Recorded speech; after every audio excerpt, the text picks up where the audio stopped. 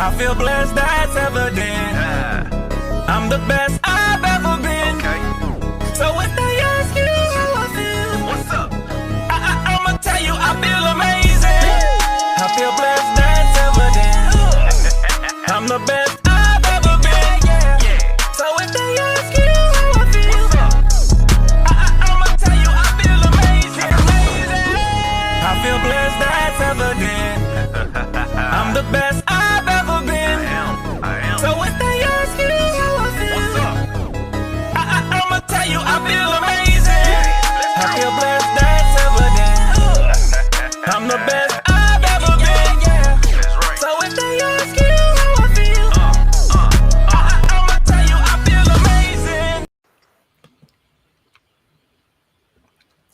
Well, if I can get on screen here, I'll be all right. What a great way to start off the show. And then Cole Johnson disappeared out of somewhere. I don't even know where he went. But nevertheless, it is Wednesday, and it means it's time to talk college football. And yes, you do see Cool McCain. Yep, with a different background. Yep. I know you with the brothers in broadcasting background. And there's the co-host, Mr. Coach Johnson. What's up? Cool. Yes. I remember that background. That thing still looks sweet. Well, you jealous wise? Come on down. Oh, hold on. Throwing in or put his money where his mouth is. Start inviting this direction.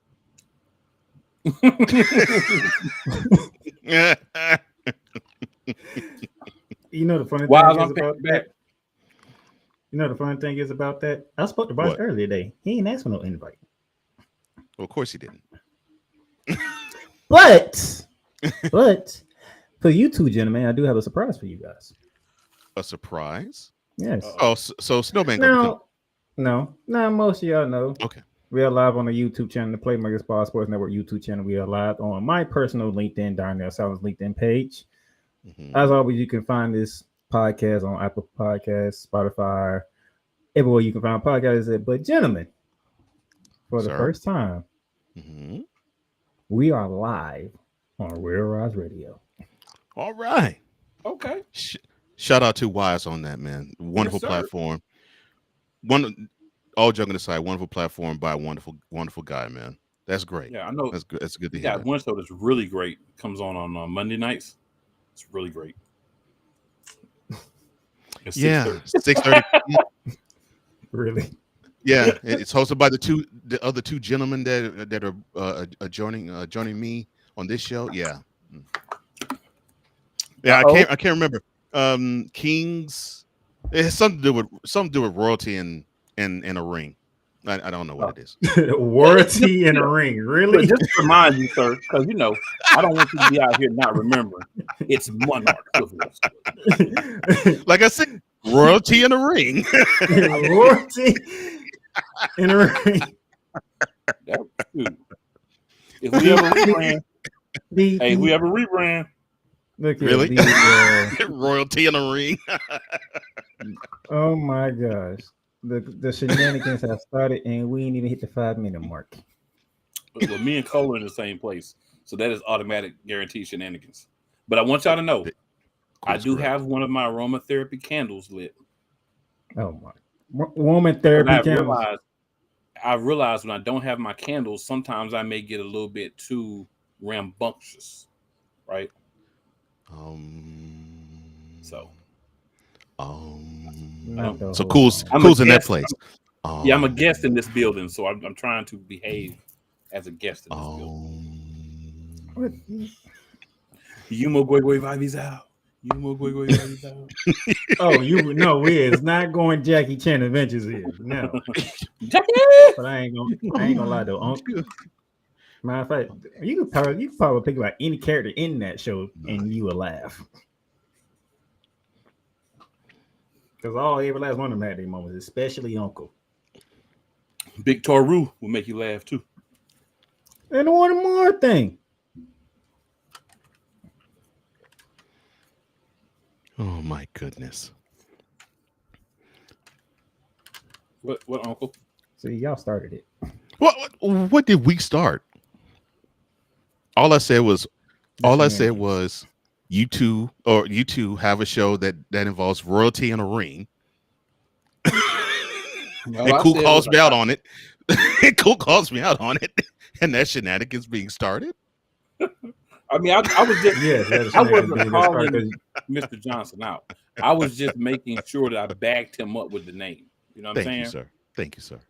Because I didn't want people to be like, how you speaking of supposed to be, watching shows of these dudes, you don't even know the name of their show. So I just want to make sure, you know what I'm saying? That's what I'm saying. Nobody couldn't come for my boy like that. So that's all I was doing.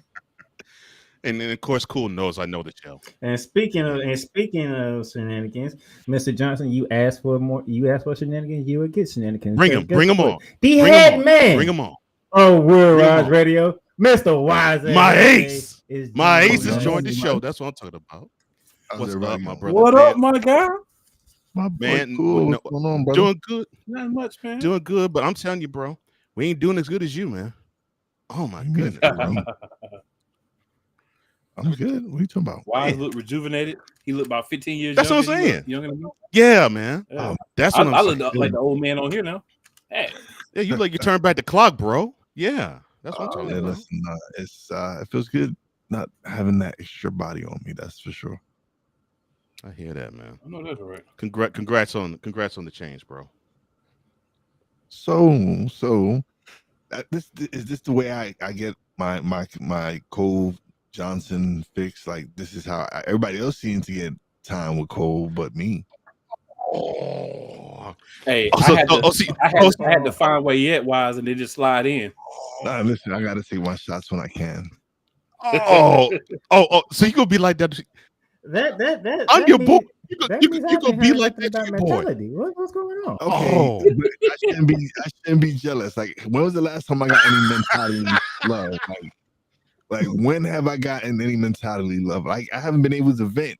Like, wait a minute. And I'm pretty sure it's a lot for Wise to we did an interview together when you got a chance to vent. That's not the same. Not the same. Okay. All right. And Dave Portnoy is doing a lot of stuff that Wise needs to get on him for. Yeah. And I'm gonna give him much room for him to fire off on him. We need that. We need it in our lives. Oh, don't worry. We're coming back. No question. As you can see, this is how we start off, and we supposed to be getting ready for opening week. You gotta love it. Well, it's gonna be an interesting week, man. It's gonna be an interesting week in college football. I know the big game everybody wants. We got the arch man. Plenty of kind of get into what he's gonna do in Ohio. Because of course, I'm in Pennsylvania, so talking about Penn State and all the nonsense and Big 12 football and. We're gonna dive into week one of the college football season. I was prepared to talk college football, but then you invite. You invite my ace on the show, and then he takes a shot at me. See, that's just cold, man. That's just cold. Well, guess what? Me and you are the co-hosts, so we have. I didn't mention that. I didn't mention that I called for him. I can't find him. I didn't say that. I didn't say that for him. I didn't say that to him, but he came out of my neck. Are you gonna let? I'm sorry. The show? I'm sorry. Are you gonna not yet, because I gotta get this slug off. How dare you, bro? He said he got to get a slug off. That's how we coming today. No, it's just all love. It's all love. Man, seriously, it's good to see all three of you, man.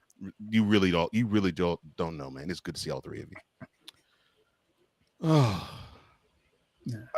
I'm sorry. Let's get to it, because me and Coach Johnson, we have some articles to get through. This should be fun. So we finna go with the no huddle.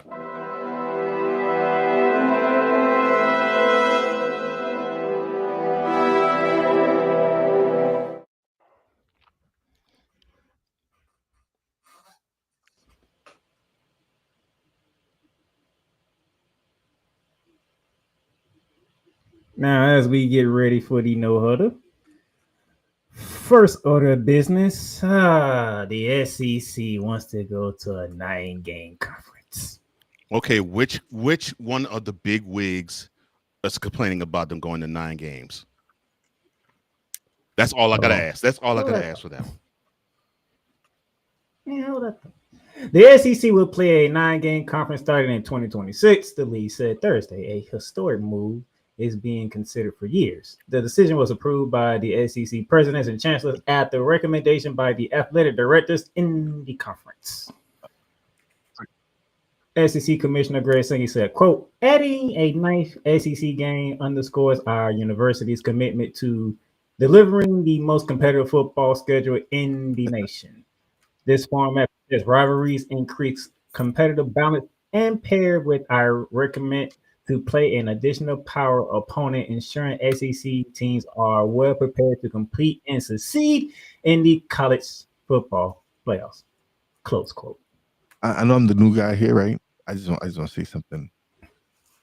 All you heard while you speaking, saying that, whatever that was right there, all I heard was money, more money. We're gonna make more money. This is what we want to make more money, and this is what we want to do is just make more money.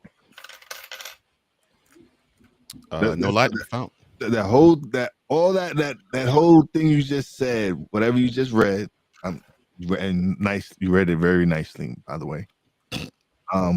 Appreciate it. That's all I heard, bro. Was money, more money, money, money, more money. We're making more money. Money, I missed money. this. Yeah. No worry. I'm gonna get to the Cole Johnson part of it. Money. Yeah. Under the new format, the SEC will continue to play without divisions. Each school will play 3 annual opponents, focus on maintaining traditional rivalries, and the remaining 6 games will rotate amongst the rest of the league's opponents. Each team will face every other SEC program at least once every 2 years, and every opponent home and away over 4 years. Go ahead, Mr. Johnson. I know that was yours waiting on. Okay. This is going to further poison how traditionally the SEC gets down. See, I'm already upset that Georgia and Auburn don't play in November anymore. That now they drag them to play in October. You have A&M and LSU, which I know it's a newer tradition. They would play in the latter parts of November. Now they're playing in, I think, October now. Arkansas and LSU, which used to end the year, now they can play as early as September. And then we have games that you normally see like Florida or Tennessee, and they move them from September, the 3rd week of September, and then they put them into November. A lot of it is money based, and I agree with Wise on that. But I'm just thinking, okay, how empty-headed can you all be, and how much do you believe that traditions don't matter? I mean, I just don't understand it. And yeah, to dovetail with what Wise said, it just shows how greedy these conferences and the NCAA are. And look, more power to them. If they're going to go to an extra game in the season, cool. But it really is much ado about little or nothing. And it just goes to show how money hungry they are. And now the SEC is sniffing the Big Ten's jock, and they want to compete with them, because that's what this move is about. Suckers. It boggles my mind, right? Because you talk about traditions. The only one who cares about traditions is the fans. It's not these chancellors and these they don't care. It's the fan base. These games matter to the fan base, and at the end of the day, fan base still gonna go buy the product. So they're like, we're gonna do whatever we want. And the ones that suffer are the fan base. These are some of the games that they're looking forward towards, like you said, traditionally at a certain time of the year. And now they're moving them up. It's about money, and as always, the ones that are paying the price are fans. What did Crime Time say? Money. Yeah. Money.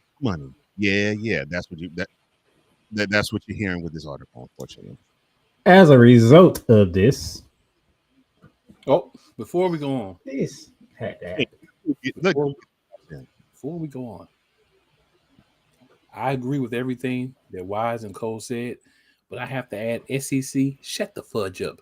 You doing this mother flipping crap because your punk asses was running around tricking last year and whining and crying like a little trick because certain teams didn't make the playoff and you had them off schedules. So now you had to do something since you whined and complained and got them to change the formula to, it's got to include now, starting this year, I believe it's going to include your strength of schedule more. So what did you have to do? We got to play another game between ourselves because we don't want to get beat up by outsiders. So we'll just play each other.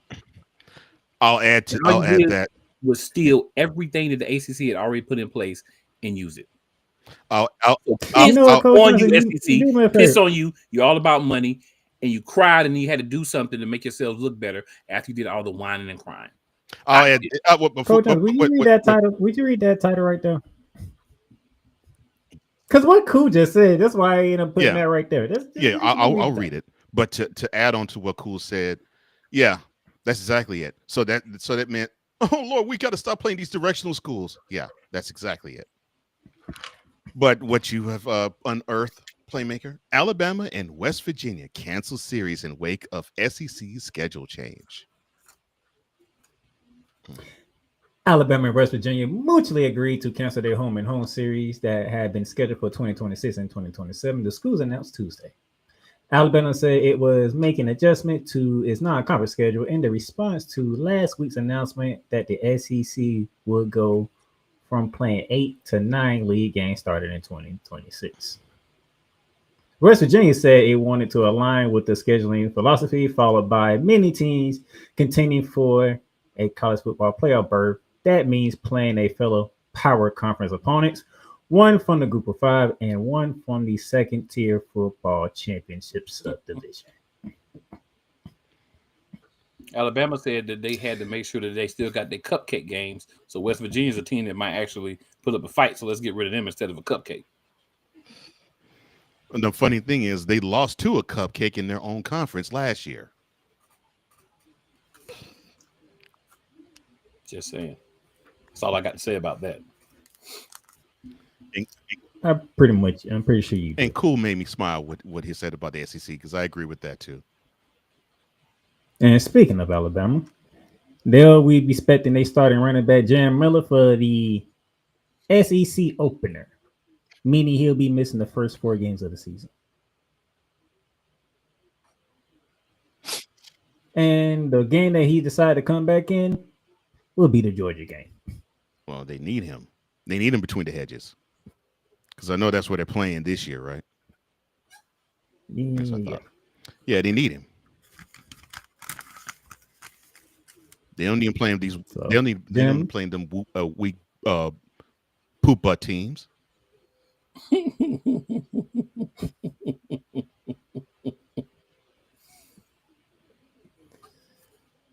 I mean, their opening game is against Florida State. We should see how Florida State's going to. Who gives a crap about? I know. Cool is a ACC aficionado, but let's be real. Who gives a crap about Florida State? Yeah, come on now. I just say we're going to see if they're going to bounce back. Who's going to bounce back? Of course they're going to bounce back. They play in Florida State. Well, I'm talking about Florida State. They're going to bounce back. Yeah, they're going to bounce back. Down to the bottom. Yeah, I was about to say, just scratch back. That's what they're going to do. Florida State's going to bounce. They're going to bounce. Y'all too. What? Matter of fact, I'm going to give this one to Coach Johnson because I'm pretty sure he's going to love reading this one. Lord, why are you going to give this one to me? Okay, fine. You love head coaches. Yes, especially ones in the Big Ten. Well, they want to play like they have personality. You know, there's no bigger one than the one on the screen right now. James Franklin, Ryan Day, you know, and yes, and then you have Mr. Rule. Yeah, you have Mr. Matt Rule, the head coach of Nebraska. Well, he is so excited about what he's doing in Nebraska that he wants to tell as many people as possible about his new podcast. The third-year coach debuted his weekly House Rules podcast last Thursday. He and his friend, Philadelphia sports radio host Anthony Gargano, they're the co-hosts of the show. Rule said on Friday, quote, This is the new world of college sports. Close quote. We don't care about it, son. I'm sorry. Woosah. Rule said he wanted to give the audience an inside look at his program and share his thoughts on college football, professional sports, and pop culture, among other things. You're a head football coach of a college team. I'm sorry, my bad. Woosah. The podcast can help build the brands of the football program and university, Rule said, and also be a way for players to make appearances to earn name, image, and likeness money. Before I absolutely go ballistic on this, why is your thoughts? Okay, all right. I can't hate on him. No, listen. I'm good. I can't hate on a man who started a podcast. All right, get it. I understand. He should be focusing on the season. I completely understand that. Because now, if your team sucks, people gonna be pointing to the fact is that why are you starting a podcast and you should be focusing on football? That would be my question.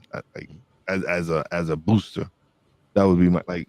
Mr. Rule, shouldn't you be focusing on the X's and O's on the field and not worry about your players getting NIL deals and making money through your podcast? Like, is it like who does this? Like what head coach is doing this? To boost your point wise, the Huskers went from 5-7 to 7-6 in Rule's first 2 years, and he expects more improvement this season. They open against Cincinnati at Arrowhead Stadium in Kansas City this Thursday. I'm with you.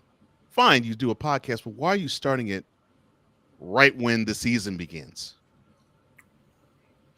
That makes no sense to me. Cool. I can answer that question for you. I call him Matt Fool because he is a fool. That's why. Because he's Matt Fool. Like, I'm not the college expert here. I'm not gonna say I am. I know some college, whatever. But I would think you would want your college football coach to focus on the X's and O's and not worry about starting a podcast and supporting NIL deals for his players. No, oh my God, it's all about money nowadays, and it's frustrating as a fan because I am a sports fan, of course, to see this. Like, I want to get back to the sports, man. Football just started. Like, I'm excited. Yeah, I agree with you. Playmaker, your thoughts, sir? Oh, so now we have players doing podcasts. Now we have coaches doing podcasts. Everybody wants to have their own say in media now. I'm glad you said that. I'm so glad you said that. Well, Rule said he would have to schedule an extra hour of work 1 day a week to put out a quality podcast, saying, quote, let's go out there and hopefully get interesting guests and do it year round. So we'll do it until no one watches it, and then we'll cancel it. If people watch it, we'll do it, and I'll do the best I can with it. Close quote. And you mentioned a heavier media presence. We go from a head coach to starting a podcast to a team that's going to be a focus of a television app. Yes. Bill Belichick, Mr. Chapel Bill. Yes, the program in North Carolina, they will be focused. There'll be a focus on a new Hulu show. In social media video posted on about the program and by the program Sunday, Bill Belichick, the coach of North Carolina, he told the players that the streaming power provider Hulu will feature the Tar Heels in what he described as a season-long show, quote, that will showcase our football program. It'll show our commitment to winning.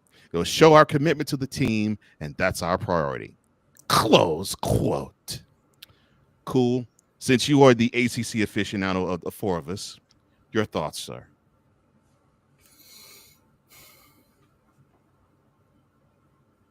I get a little whiff of my aromatherapy candle there. Okay. So let me give y'all a little bit more context. I'm here, so I hear a lot of stuff. Okay. So essentially, NFL Network was actually going to do a thing following him through his first year as a college head coach, but his girlfriend decided to bombard that and want to be a big part of it, have a big say. And the NFL Network was like, "Screw you and screw Bill Belichick." They pulled out. Oh, and the girlfriend's 24. I'm sorry. Go ahead, sir. Yes, his what would you call it? His cub, I guess.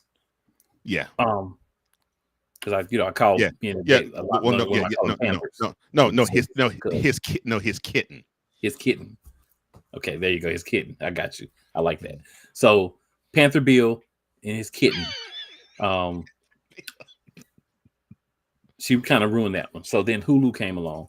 So she had put out a thing on her channel talking, oh yeah, Hulu, and y'all didn't want to do it, but Hulu's going to do it, and blah, blah, blah. And let's just say that disappeared in about 30 minutes. So Panther Bill went ahead and grabbed his kitten around the neck and like, get rid of it. But I just had to throw it out there because I want people to understand like kind of what's happening with things there. So, she was trying to assert herself and be seen throughout the off season. She's basically been almost banned from the facilities because of her own actions. Mm-hmm. But this is going to follow the team. So we have a first-year college head coach. Okay, you did your thing in the NFL, but this is college. A first-year college head coach with a starting quarterback that didn't even play FBS football last year. Right? Mm-hmm. A lot of guys left. A lot of guys came. And this is your first foray. And this is the time that you choose to do a Hulu special. So we just got through talking about Matt Food. Right. William Belichick. Not William. Oh, Lord. I'm not quite sure, like, why. I get money's probably the motivation, but why you would do a season-long Hulu show, your first time ever coaching college football. And obviously he's going to try to feature his sons a little bit because, he has them both on staff. So somebody had a lot to say about Coach Prime, and nepotism has both of his sons on staff.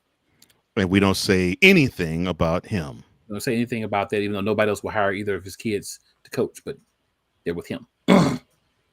And not to forget that one of his children is supposedly the one that's going to be taking over whenever he leaves. But nepotism at its finest. Okay. Yeah. But back to the actual show. Okay. Why? There's just why.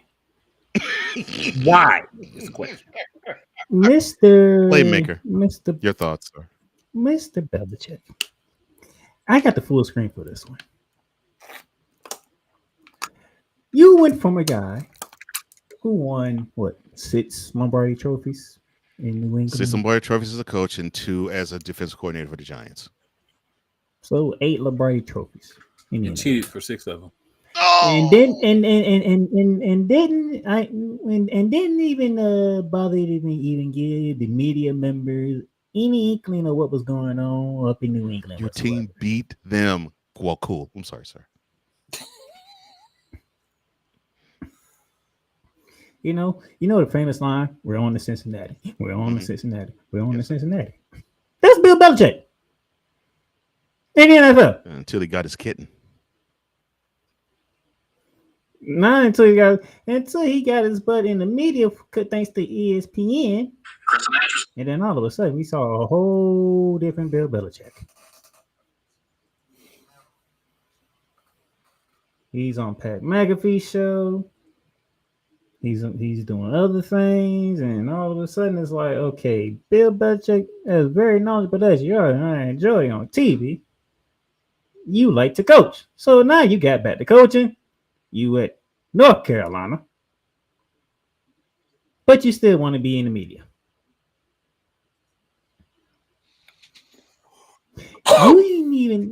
You haven't even what's the word I'm looking for? You're not even smelt the salt in North Carolina yet because you haven't played a game yet. Oh, pine trees. You don't even know what type of team you got. And we're going to have this showcase all over Hulu. At least Matt Rule, he been there for 2 years already. At least he waited a couple years before he has to say, okay, I'm going to do a podcast. Did he wait? I should have a general idea what my team Did he is. wait, or did he have to get to think of how bad he was at Carolina off of him before he started it? Either way, how you look at it, he still waited. He ain't just jump right into it like Bill Belichick. Oh, like he's been great chasing Nebraska. I'm sorry. Go ahead. Bill Belichick, you ain't even. Have you done anything in North Carolina yet? Like anything? We won't know until Monday night when you host TCU in the first game in the Bill Belichick era at North Carolina. And most people still don't believe that you will be coaching there for long. They still believe after this year, you're done. But guess what, Cole? Let's put it on Hulu. Which I find ridiculous. This is what we're doing here. Like I said earlier, we have players want to do podcasts now. Coaches want to do podcasts and shows. What a world to be in sports this year. How lovely. Well, from one person who decided to crap on Belichick to another that I know will be loving to do so. Why is your thoughts? Listen. Yeah, I don't like this. This is amazing. This is amazing. Why? What? Like, what has he done? What? I want to know. I can see why they banned her because I'm like, she's very clingy and needy, and this. I want nothing but the worst for Bill Belichick. I echo that sentiment. This is why I love Wise. I echo that sentiment 100%. There's nothing like what? Let's get the elephant out the room. Don't nobody see nothing wrong with this 80-year-old man with the 24-year-old girl? Nobody, no one.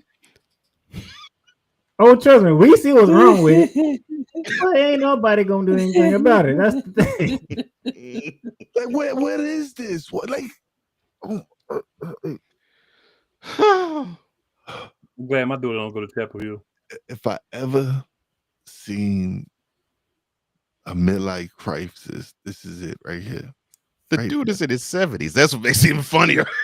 You mean a late life crisis? Like, yeah. This is it right here. This. You first of all, you go decide to go back to college, somewhere you've never experienced. Like, this is recruiting all year round. And you got a 24-year-old chick who obviously craves the spotlight badly. Like, the only reason I can see her even wanting some of that shrivel up. Pickle. Yeah. That's being generous. That's being generous. Pickle is pretty big. That's being generous. So like this is just,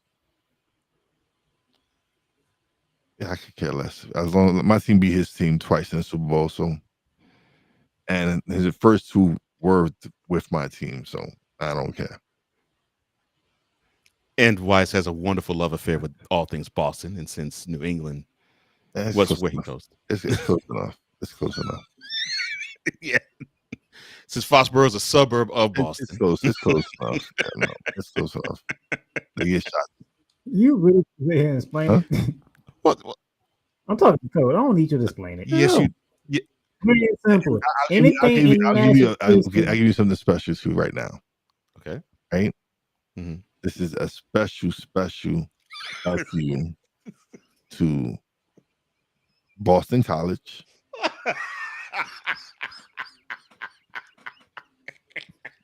Boston University. And I kept it PG. Yes, yes. I He's not know. doing it the way he would do it in mentality, but yes.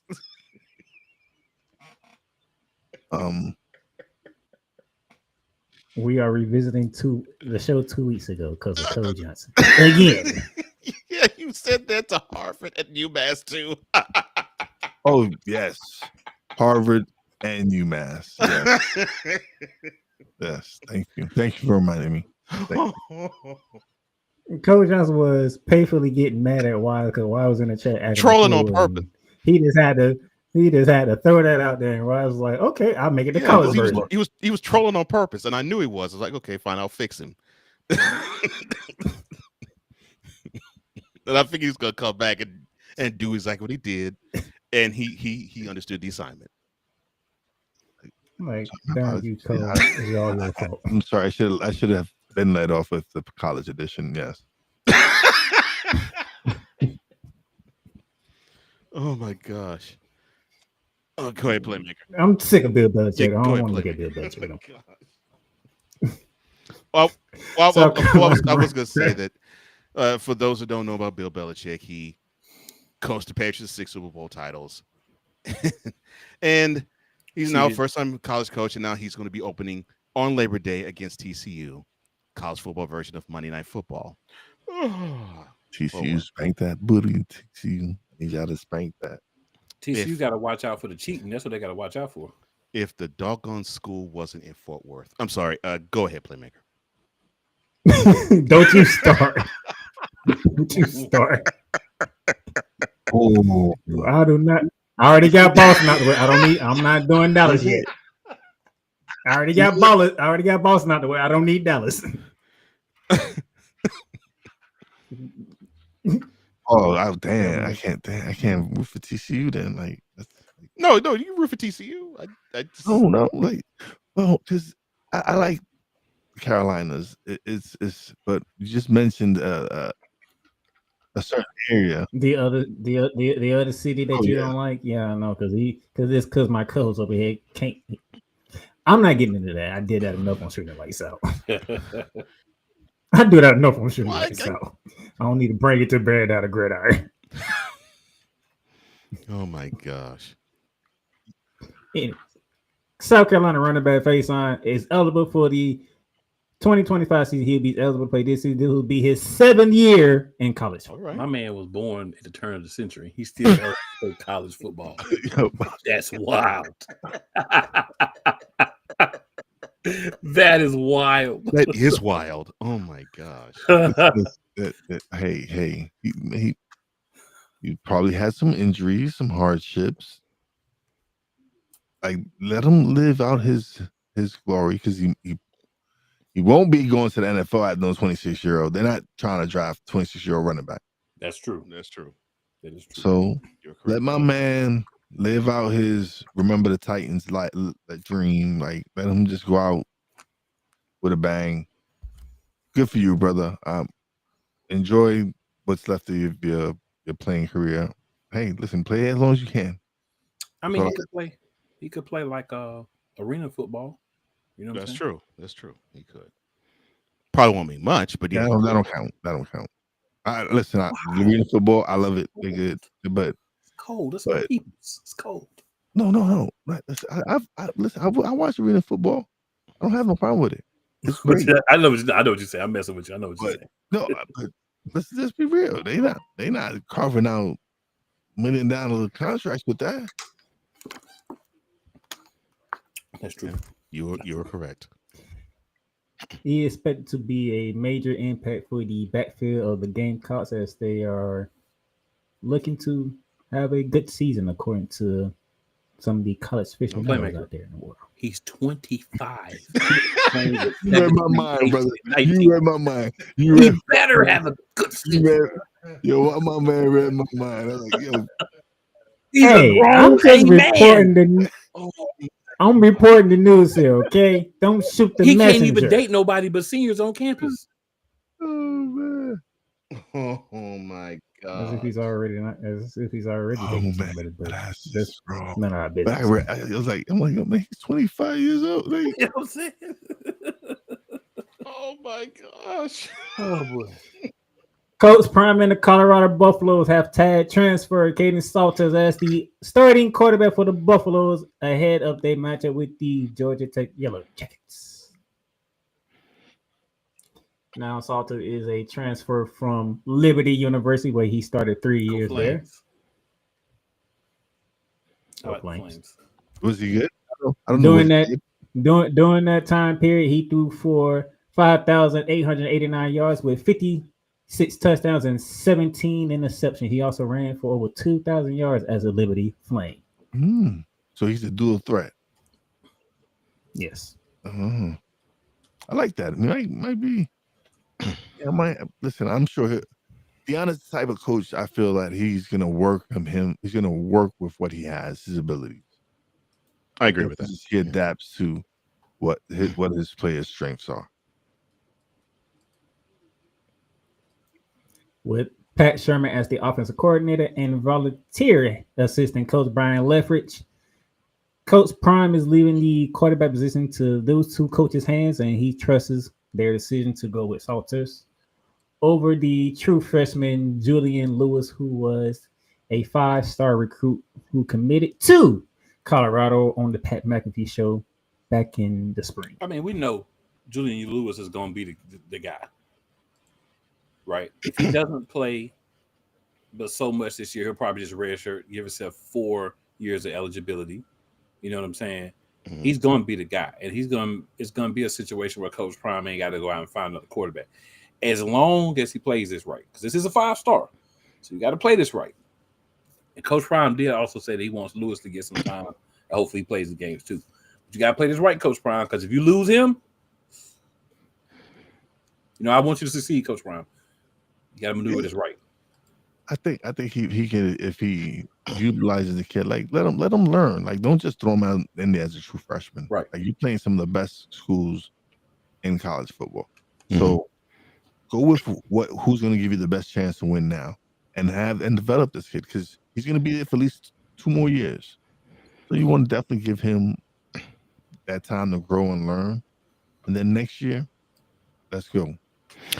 Now I'm rooting for, not because I hate the program or Dion, but I'm rooting for Colorado to lose because I want to hear how ridiculous of a take we're going to hear from one Jason Whitlock.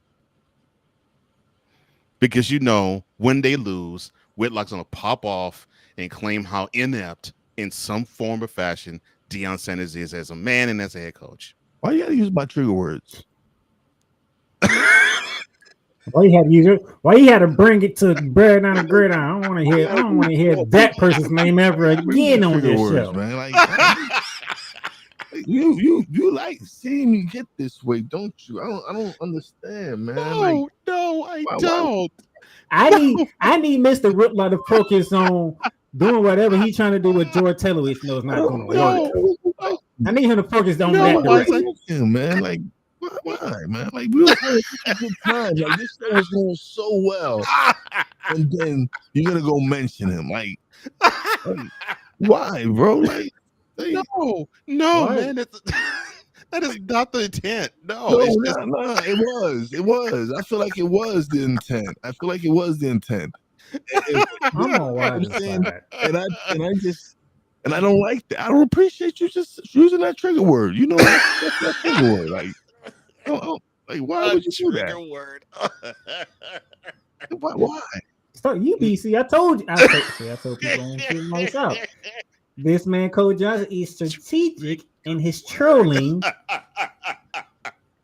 because you don't see it coming. Who doesn't know my trigger word? He is my Look, I did. That's why I say he is strategic. I didn't say fatless, witless, or outless. Nah, but you mentioned his name. Like, just the fact that you said his name. I don't even want to mention his name. Like, His name don't even deserve to be on my He was not even like I was enjoying this part of the story that yes, this young man, I'm glad he's getting this opportunity to start. And then you just had to come bring that man's name in here. Like, why? Like, I don't understand. I don't get that. I don't get that. Like, you just wanted me to go off, but I'm not gonna give you that satisfaction. Yeah. Like, I'm gonna maintain, I'm gonna control myself because this is a respectful show. Right? This is a respectful show, so I'm gonna just behave. Oh my. I needed that. Cole, I needed that so bad. You all do not know. Cole, yes, why is you trying to bring mentality to bear down the gridiron? See, this is not you the see time for that. when Wise said that I had that I was shying away from doing mentality with him, that he was jealous that everyone I'm doing shows everyone with him. I just wanted to get him a taste of how it would be when mentality returns. That's all. This is not the time for that. You know, I mean that's my ace. So I just wanted to show him. The chemistry's not dead. Oh, the producer of the Snowman in the Morning Show, Big Dog Shane Lake, he says, "Fellas, good afternoon. Good to see y'all. And screw New York. Nothing but love for you, Wise. I can't wait for the season to start." And he says, "Starting already? Man." It started way before you even got here, Shane. He says Cole has the silencer on that smoking gun of his, and he's ready to pop off at any time. Thank you, sir. Thank you, sir. It wasn't silent last week. Okay, well, about the story. I'm happy that this young man is going to get the opportunity because I think, and Wise actually did say it perfectly. Deion's the type that he wants to play people who wants to actually be on the field, and he's going to tailor how he coaches them to the skill set of that particular quarterback. So, you know, he did it with his son, who was more of a pocket passer. This guy's a little bit more of a hybrid, so it's understandable. And I want to, all joking aside, I actually do want to see Colorado succeed because when we see that succeed, we see Deion succeed. Really, college sports is better for it. I agree with that. Definitely, it benefits from prime. Yeah, I like that. All right. Speaking of coaches benefiting, Tennessee Josh Heupel gets 1 year extension through January of 2030. All right. And then finally, if you thought all was done, this weekend has some importance. Yes. Oh, Lee Corso, the longtime figure of College Game Day, he is set to retire, and actually set to retire in August, ending a career with the show that began way back in 1987. Corso said in a statement to ESPN, quote, "My family and I will forever be indebted for the opportunity to be part of the ESPN and College Game Day family for nearly 40 years. I have a treasure of many friends, fond memories, and some unusual experiences to take with me into retirement." Close quote. Corso, who turned 70 earlier in this month, is widely known for his headgear picks and his quote, "not so fast, my friend," close quote retort when he disagreed with someone on the panel. Now, the headgear segment, which started in 1996 in a game at Ohio State, has been a staple and has seen Corso go 286 and 144 in his 430 selections. Now, in addition to wearing helmets and mascot heads and other hats, he is dressed up as the Fighting Irish Leprechaun from Notre Dame, the Stanford Tree, and historical figures like James Madison and Benjamin Franklin. His affection for the Oregon Duck led a ride on a motorcycle with the mascot. Now, he once held a live baby alligator in his hands while picking Florida to win, and took pop star Katy Perry in picks from the Grove at the University of Mississippi. All right, Playmaker, your thoughts on Lee Corso hanging it up?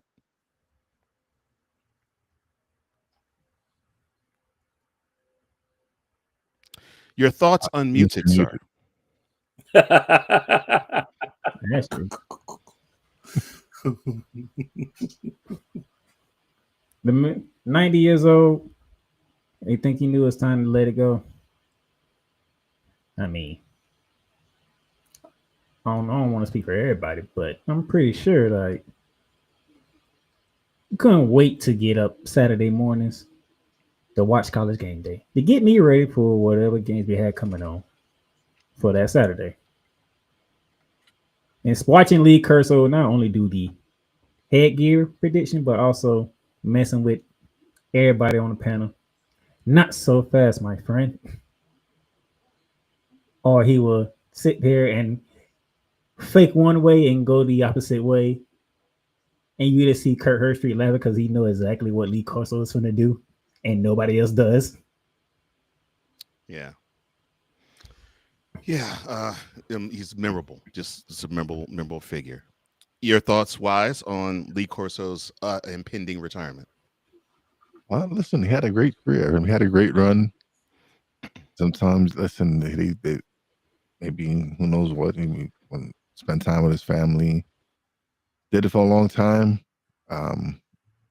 Congratulations on such a wonderful career, and just enjoy this last weekend. Enjoy it with your guys. Celebrate.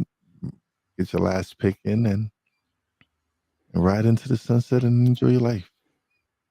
Yeah. Could not have said that any better myself, and I 100% agree with you. Cool. Your thoughts, sir? So first of all, Playmaker said this man is 90. He is. He's 90. He celebrated his birthday 3 weeks ago. This man is 90, bro. He said 90. I thought he said 70. I thought you said 70. No. 90. He celebrated his 90th birthday 3 weeks ago. Yes. Our man is 90 years old. 90. Wow. Yeah. Damn. Yeah. So my only thing is, why not finish the season? Why not just make this like a season long, you know what I'm saying? Season long run. It's my last farewell tour. Mm-hmm. Yeah, just go ahead and go on to the farewell tour instead of just doing like one game. That's my only thing. That's because he's I think for like the past 3 years he's been on and off because of health issues. Yeah, I can see that.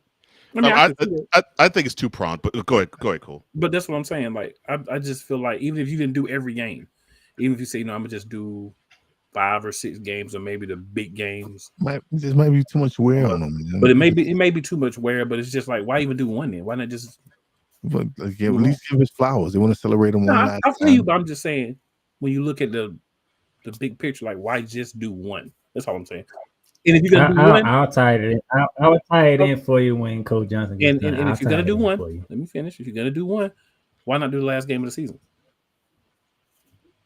Like I said, I'm gonna tie it in for you when Coach You can Johnson get your gets flowers done. and all I think that. they did it the perfect. I think they did it the correct way. Well, I mean, you always think differently from me, Gentlemen, I must bid you adieu. I have to go do my show. Thank you for entertaining me. Thank you. I love you guys. Love you too, bro. Appreciate you guys for you do. Right. And yeah. Peace out, man. Much love, brother. Wise the head man of Real Rise Radio. Why is it Health Day? All right. Go ahead, Cole. Well, now you spoke about those health issues. Corso suffered a stroke back in 2009, which left him unable to speak for a time, but he returned to the show later that year. His travel has been limited in recent years, but Corso was at the site of last year's national title game in Atlanta. Now, his final broadcast will be this Saturday. ESPN announced, saying additional programming to celebrate Corso is planned in the days leading up to that weekend. Now, before you say what you're about to say, Playmaker, I think this is two-pronged as to why he is bowing out now versus the title game 4 months from now, or almost 5 months from now.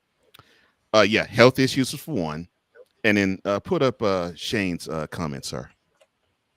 I think this is the other reason. No, not that one. The one before it. He says the most memorable moment with Lee is the infamous F-bomb in the 2012 Live on Air. He was starting to say F-bombs more and more frequently by the year. So I believe it is partly his health and partly the fact that he has truly a get off my lawn old man energy.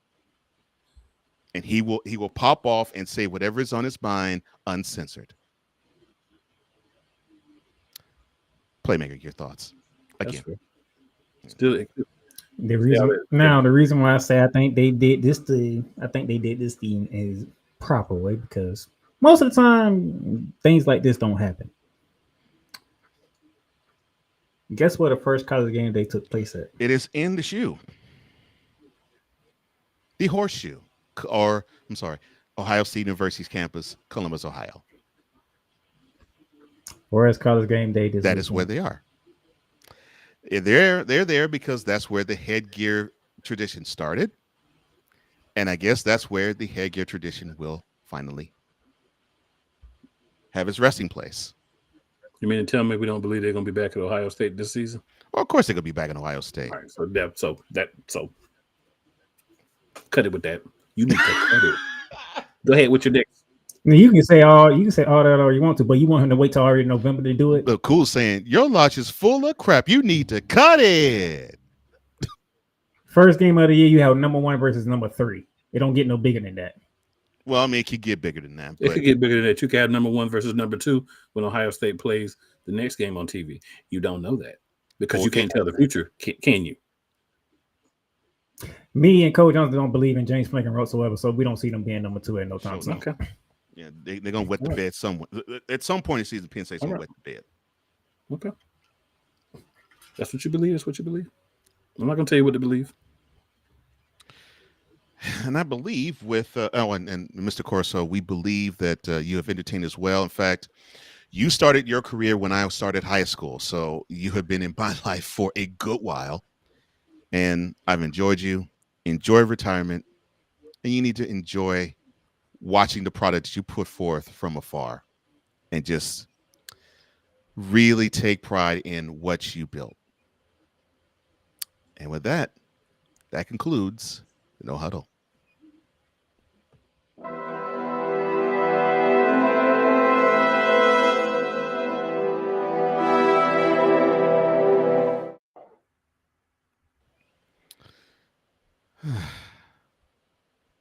Well, once we can take a commercial break. Commercial break, then when we come back, guess we can recap a week that Coach Johnson came Week in. 0. Lord. Everything Boston. I love you morons. New Kids on the Block, New Edition. Dear whatever the law firm is. Sincerely, the U.S. Supreme Court. Ben Affleck, Matt Damon. Go yourself again, Jason Whitlock.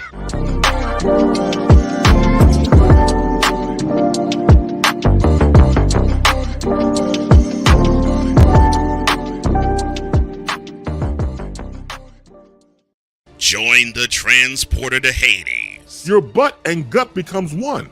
Join the reformer of hooker whores. This is my daughter, Placenta Booty Johnson. Join the bronze god. Whenever you are in distress, take off your baseball cap and throw it in the air. Join your very own superhero of broadcasting, Chris Bass. So whatever color crayon they get, they palm it and do 2 circles, and that translates to, I can beat up black people. As she takes you through the week's paces in Baseline. Live every Saturday at 8 a.m. Eastern, 7 a.m. Central, Pacific Time Zone people, just stay asleep when this is on live and just catch the recording. Exclusively on the Chris Bass YouTube channel.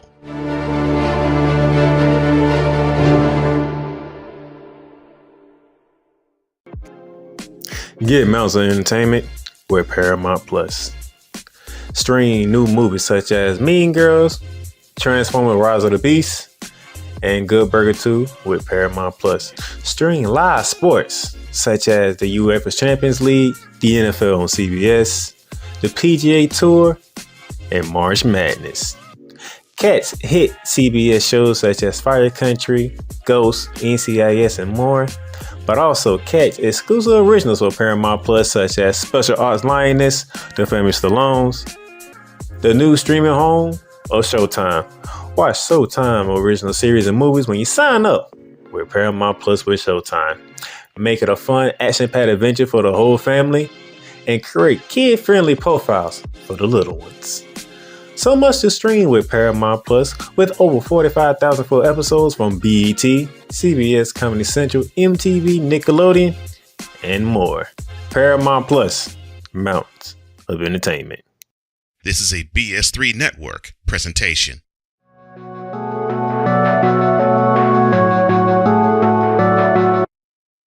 I want to do a TED Talk, but I don't have anything to talk about yet. I'm getting there. Life is for the living. We're not here that long. You can learn anything you want to learn without any money spent. What do I really enjoy? What do I really want out of life? I am your host, WIZE. Are you in a life holding pattern? Well, this is for you. Welcome to the Stuck in My Mind podcast. Live every Monday, Tuesday, and Wednesday at 4 p.m.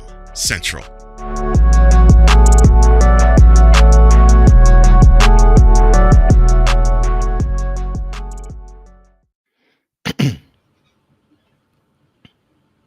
And welcome back to Bear Down and Gridiron here on this Wednesday, August 27, 2025.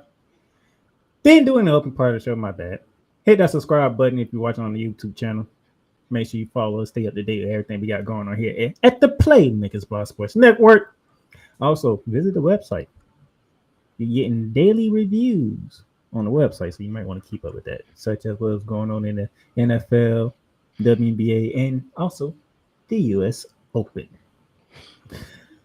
Now, gentlemen, before we recap the week 0 of the ridiculous, ladies and gentlemen, the great producer of Snowman in the Morning, the big dog Shane Lake is joining us. What's happening, fellas? How we doing? What's up, dog fodder? Man, last time you and I shared the airwaves, Cole, you shattered me with the passer and Ray Ray. And for that, I will always tip my hat to you, sir. Thank you. I appreciate that. You're far too kind. You are far too kind. It is good to rejoin you in another broadcast. Yeah, for a rare time, I'm actually in you guys' yard for once, so it feels a little different.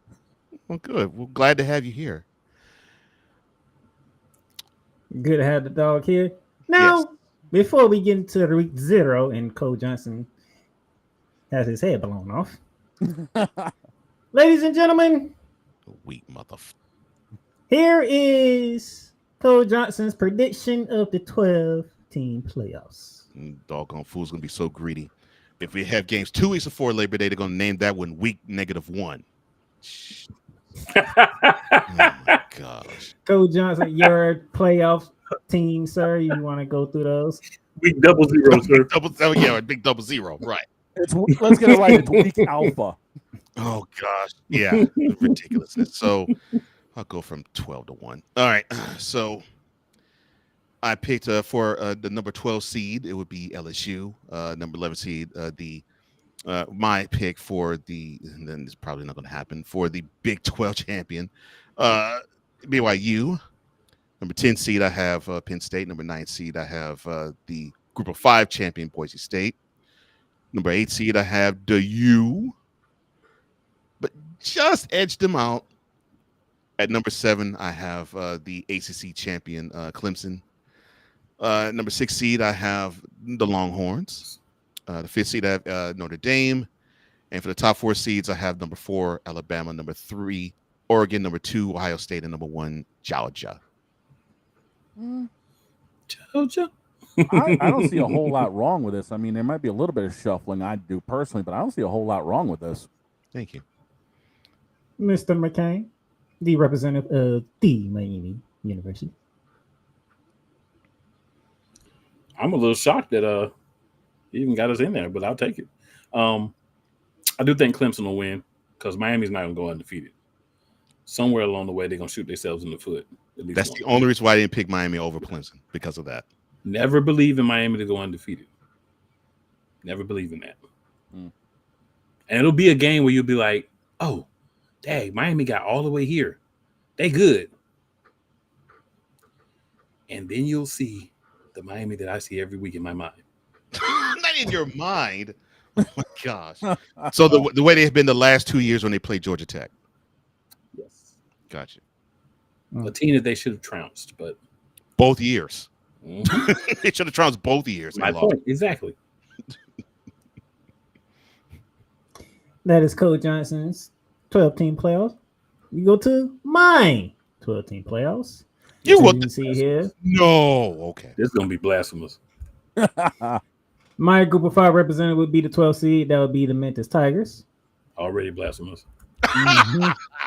Not already blasphemous.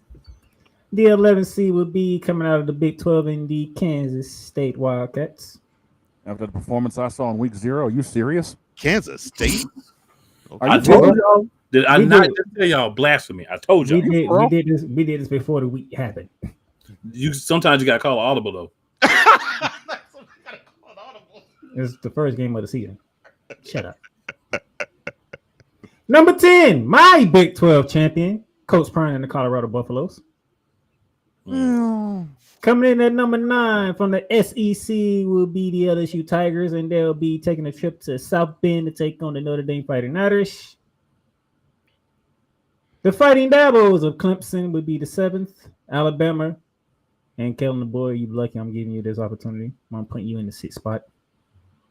Number 5 would be James Franklin and the Penn State Nittany Lions. Even though somehow they'll lose 2 games, one of which they probably shouldn't have never lost. And then my teams that get the bye weeks. Ohio State number 4, Georgia number 3, the Big 10 champions Oregon, and then the SEC champions, the Texas Longhorns.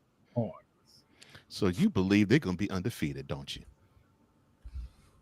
You believe my Longhorns are going to run the table? I can see them losing the 2 games. How? I was about to say. But Georgia gonna lose. But Georgia most likely gonna lose the same amount of games anyway. So basically, you have 2 of them. So basically, I'm assuming you're going to have Georgia. Obviously, you're going to have Georgia and Texas in the SEC championship, and you basically see them splitting. Is that what you're saying? Unless somebody else want to prove me otherwise. Okay.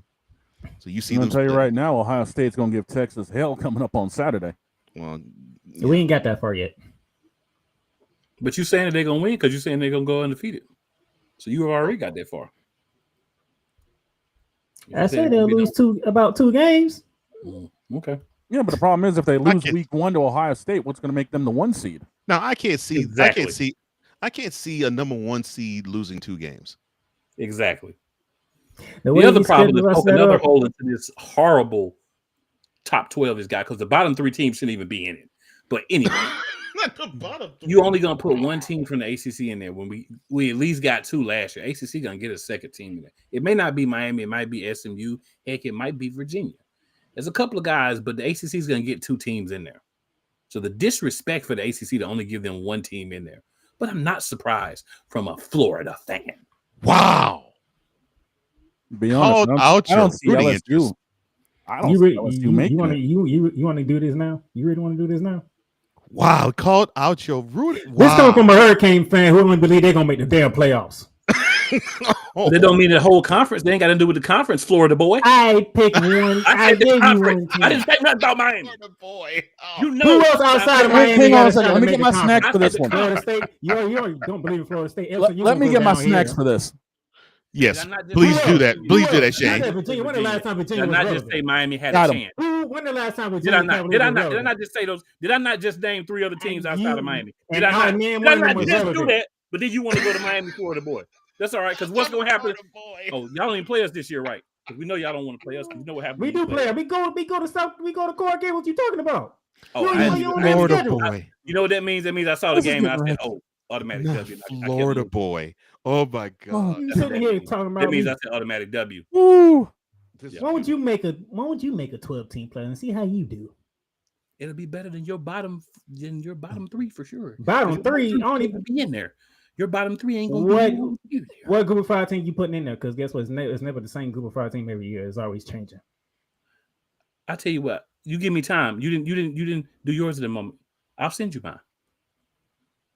You give me time to do mine. Don't try to put me on the spot. No, you should open your goddamn mouth. You did yours before. No, you should have Now you want me to do mine in 5 minutes. You do what I do. That is not how we do things, Mr. Sallins. Beautiful. This is how we do things. You don't want this over here. I do. You had weeks. You at least give me a day or two. You had weeks. I ain't giving you a goddamn thing. Yes, you are. Yes, you are. This is priceless. You sit your ass right there. And you be respectful.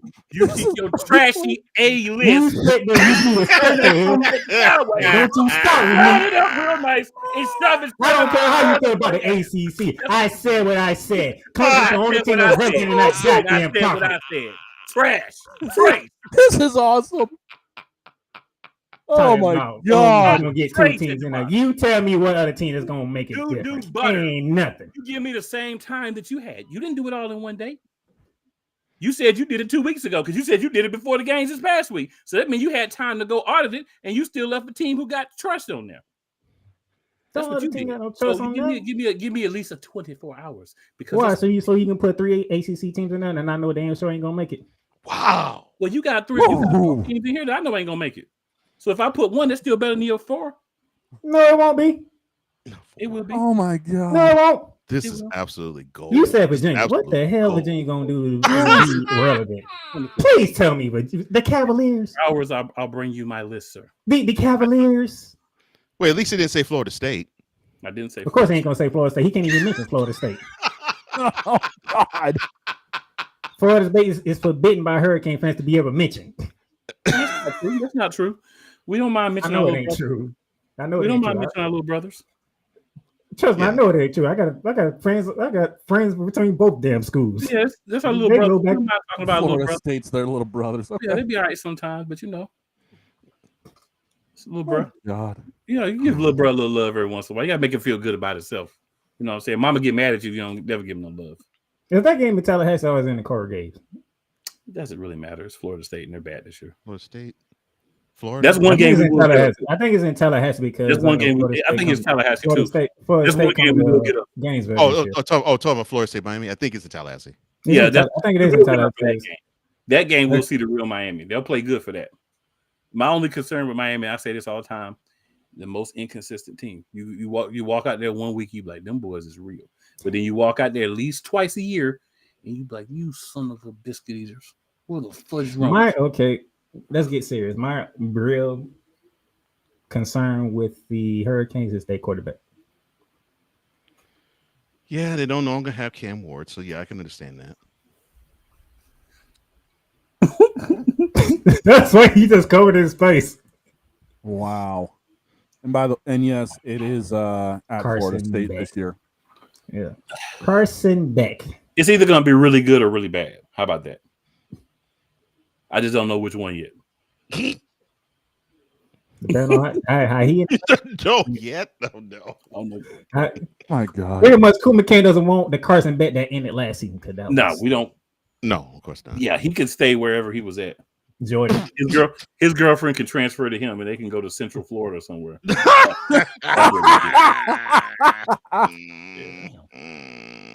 Why Central Florida had to catch a stray? Not transferred to him. Yeah. They could both go to Central Florida. Why Central Florida had to catch a stray? Because they're in Florida. That's why, sir. Yeah, but say it's a Florida school, but it's not Florida or Florida State. They got to get straight to Florida. They get it straight for being in Florida. That's how it works. Look, you couldn't say FIU. You could say FIU. Because South Florida. Yeah. But they think Florida Gulf Coast. Yeah, but they think they're nice, so they got to Central Florida. Got to get one. They think they're nice. So, they get a little quick strike. Yeah. Oh my God. Oh my. This is beautiful. I don't think FIU would want to pay Carson Beck, so that's why I ain't say them. I think we overpaid him too. The views expressed by Cool McCain and Daryl Sallins, aka the Playmaker, are approved by those who are watching Bearing Down the Gridiron. Thank you guys. Now Florida's more set than us at quarterback. I will say that, which sounds kind of weird to say, but yeah. But Playmaker wants to rock him. Yeah, but player wants to put him in bubble wrap. So I said for week 1. All right, would you shut up? No, you say for week 1. You said basically. You did just say bubble wrap. I said week 1 because he don't have to do that much against Long Island University. I think you left off the week 1. No, I said week 1. You can go back and you can go back. I said week 1. I feel like we can pay him against South Florida. I feel like you left it off. I'm with Cole. Go back and check the tape, as they like to say. So yeah, he could miss the directional schools, but you got to have him. You got to have him when they go to Baton Rouge. Okay. Okay. So you're saying you good? He don't even have to play really against those. He can play. He can play the first quarter against Long Island, and is in Gainesville, by the way. He can play the first quarter. Go ahead and get them out the way. Be over with in the first quarter. Come back, get ready, take your butt down to Tampa to go play South Florida. We owe them a big butt whooping, so go ahead, get your fun in with them, and then it's the trip to Baton Rouge and Death Valley before we go to Miami. I should go to the Florida Miami game. I should. You ain't go last year? Nah. All right. Now that we got those players out of the way, and to be quite honest, Cooper King might be right, because Group of Five, they never go the way that I want. And like I said, when they did the Big 12, I've never gotten the Big 12 champion right. So you know, I watched this show. I know you'll never get your stuff right. So I never get the Big 12 right. I never got the Big 12 right. That's like the only conference I can't get right. Oh my! Wow! Darn Big 12. And you got two Big 12. And you saying, wow, you can thank that damn mullet Alan Stillwater for that. Oh, why are you coming after Gundy's neck? Because anytime around the Gundy's neck, you enjoy it. In Stillwater. Mr. Come at me, I'm 40, which he's now 55, well, 57, 8 now. Come at me, I'm a grown man. Come at me, I'm a grown man. I'm 60. Yeah. That just makes me feel bad. I've been doing this almost as long as Lee Corso. I got an AARP card. He has never won a Big 12 title. Isn't that something? That's great. Sad. Goddamn Mike Gundy. I think your top four is interesting, though. It's, if I remember correctly from my mind, it's similar to Cole's, just in different order. Mm-hmm. Yeah, pretty much. It is. He has Ohio State winning the Big 10. I have Oregon winning the Big 10. I have Oregon going back to back. Yeah. And we ain't gonna talk about the SEC because Coach Johnson just completely went off and took over that whole show. So yeah, we're gonna leave that there because I know what's gonna happen if we start talking about that. I did not take over a show. What are you talking about, Playmaker? He expressed his opinions. Thank you, Cole. Very thoroughly, by the way. You're very welcome, sir. Very thoroughly. Very thoroughly. Okay. So now, let's go ahead and make Coach Johnson mad with the Gridiron Roundup.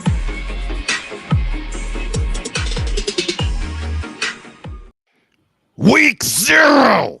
Yep, week 0. Week 0. And the game of the week from week 0, Iowa State 24, Kansas State 21 in the battle of the ranked teams out in Dublin, Ireland.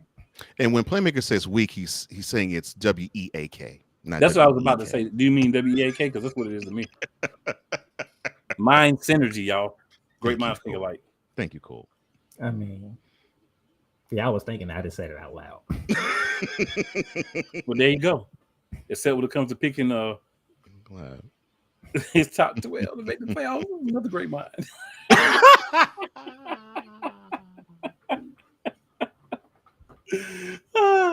If I get more teams correct than Coach Johnson, you better be the first person in this on this show.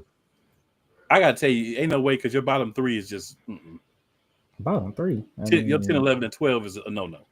He's saying Memphis, Kansas State, and Colorado. He's saying none of those 3 will make it. That's what he's saying. No. So Kuma can't. So all Cole got to do is as long as he don't miss more than 2, he good. And I'm just saying, some others could happen because Oregon could be not as good as last year and fall off. Yeah. So you got a possibility of at least 4, but you definitely got 3 that ain't gonna make it. You have no faith in Coach Prime. That's what you telling me. You do better than Cole Johnson, I will come home here and say you did a better job. You have no faith in Coach Prime. That's what you telling me. It's not the faith in Coach Prime, at least for me. It's the fact that I don't think that's the best team in their conference. The Big 12. Yeah, it's not the best team in the Big 12. Man, hell, we don't know who the best team in the Big 12 is because every time you think about who's gonna be the best team, they don't even look like the best team. I agree. I just think that I think they'll be a better improved bowl team this year for sure, but I just don't quite think that they're ready to win it and get in the playoffs yet. I think you need one more good, strong recruiting class. Fair enough. I do agree with that. Yeah. It's not really Coach Prime. It's the fact that he had to come in a couple of years ago and flip a whole roster. Yeah. And now he's slowly getting the good talent in. Mm-hmm. And this is where I start putting the pressure on coaches. This is year 3. So Coach Prime, here you go. It's about 50-50 now. I think he still need like one more year because he only been there like 3 years. Yeah, this is his 3rd year now. Yeah, so you really need 4 years. You need to be able to get all the people that were there out and all a good, strong 3 classes of your people in. Right. That's what I'm saying. Yeah. And have a year of experience. So that would be Which is true. That makes a lot of sense. Yeah. That's how I believe. Iowa State is off to a good. Oh, and by the way, even to make Cole Johnson even more mad, Cole Johnson, the information we didn't know until kickoff. Guess what? This game was not a conference game. That's a bunch of bull. This is why week 0 does not make sense. Why are you having conference rivals match up, but it does not count as a conference game? I'm gonna throw some of my aromatherapy at you. It's sweet apple. Throw some at you there, buddy. Thank you. You almost go away by me down. Thank you, Cole. I needed that aromatherapy. You're welcome, sir. You're welcome, sir. So yes, not a conference game, but Iowa State goes 1-0 on the season. They started the game with 2 touchdown passes, even though Avery Johnson had a better passing game, but he was on the losing end, sir. NCAA's high as a kite. Lord have mercy. From Dublin, Ireland to Lawrence, Kansas, as the Jayhawks beat down Fresno State 31-7. No. I can't believe that happened. No. Kurt Warner's son, E.J. Warner, did not have a good start. Oh, well. Good finish either. Oh, not a good finish. Well, he was at least 15 to 23 or 25. Yeah, he was. No, he was. Let's see, there you go. They threw 2 picks, yeah. Mr. Daniels for Kansas, 3 touchdowns on the day, while throwing for under 200 yards. So I guess Fresno State. I guess this is how they're gonna look when they join the Pac-2, huh? Sir, it's gonna be the Pac-9 by then. Oh, yes, all right. I'm sorry. I'm sorry, Oregon State and Washington State. I don't know why you corrected him, because just let him run with it, because he just been running with the Pac-2 for the longest. I love the Pac-2. Don't get me wrong. The Pac-2 is one of my favorite things to talk about. Thank you. It's very easy to talk about. It's 2 teams. Right, exactly. That's right. Oh, my. And then the stunner of week 0, Stanford flew out to Hawaii, and they flew back with an L. I just want to say one thing about this game. I just want to say one thing. Okay. I'll be quiet the rest of the time y'all talk about this game. Stanford. I'm sitting here trying to make a case for how 2 teams from the ACC should be in this man's top 12. And what do? You go lose to Hawaii. Piss on you. I don't think any of us can top that, because I agree with you. I mean, yeah. I'm gonna leave it just like that. That's the Gridiron Roundup.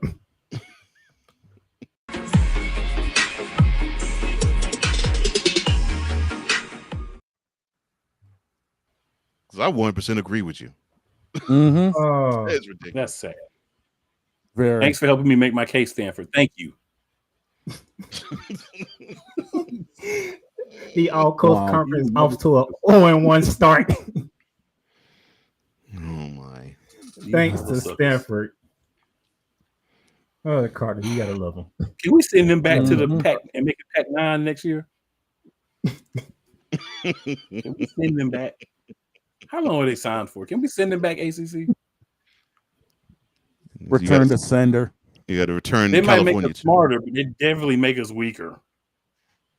Oh yeah, that's true. Smarter in the classroom, weaker on the field. Yeah, but you already have your Ivy League-ish school.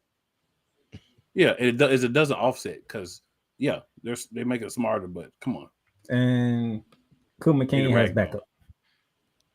Oh, Snowman went to me. And the host of Snowman in the Morning, he says, Coach Prime, really? Yes, I picked Coach Prime to win the Big 12. Okay. Oh boy. Yes. I give you 3 years. I give you 3 years. This is year 3, so I'm a bank on Coach Prime this year. See what we get. Probably the reason why Cool. That's probably why Cool. I think Cool went off on me. My man Cool said, I think you need one more, but I feel you. I think one more is what you need. I like giving coaches 3 years. Yeah, that 1 year. That 1 year is whatever. I don't care. You're right. I know, but you got to remember too. Oh, go ahead, Cole. And I get Cool's logic because the 4th year, that's the 4th recruiting class that you had, so they would probably be seniors by then. So yeah, that would be the first year where you would have all of your players recruited by you. So I understand that. I fully understand that logic. And I just say too because he had to flip everybody, so he had to go kind of grab kids from that first year. So all them kids that he kind of had to grab that stayed, they're seniors now. So once they up out of there, it'll be guys that he had an opportunity to really go out and recruit and not just find through Instagram and Facebook. Not find them through Instagram and Facebook. Which and with that being said, you probably did. Our final commercial break here, because it is football season. We'll be back and the fun really begins. Cool McCain. You thought you wanted Gunther against Chad Gable, but you didn't. And I'm going to tell you why. Chad Gable would take everything that Gunther's done and bury it. The Playmaker. It was on site. AJ Styles walked out there, seen LA like, oh, okay, then LA Knight hopped out the car, let's go. Break down everything in TNA, AEW, and all of the WWE programming.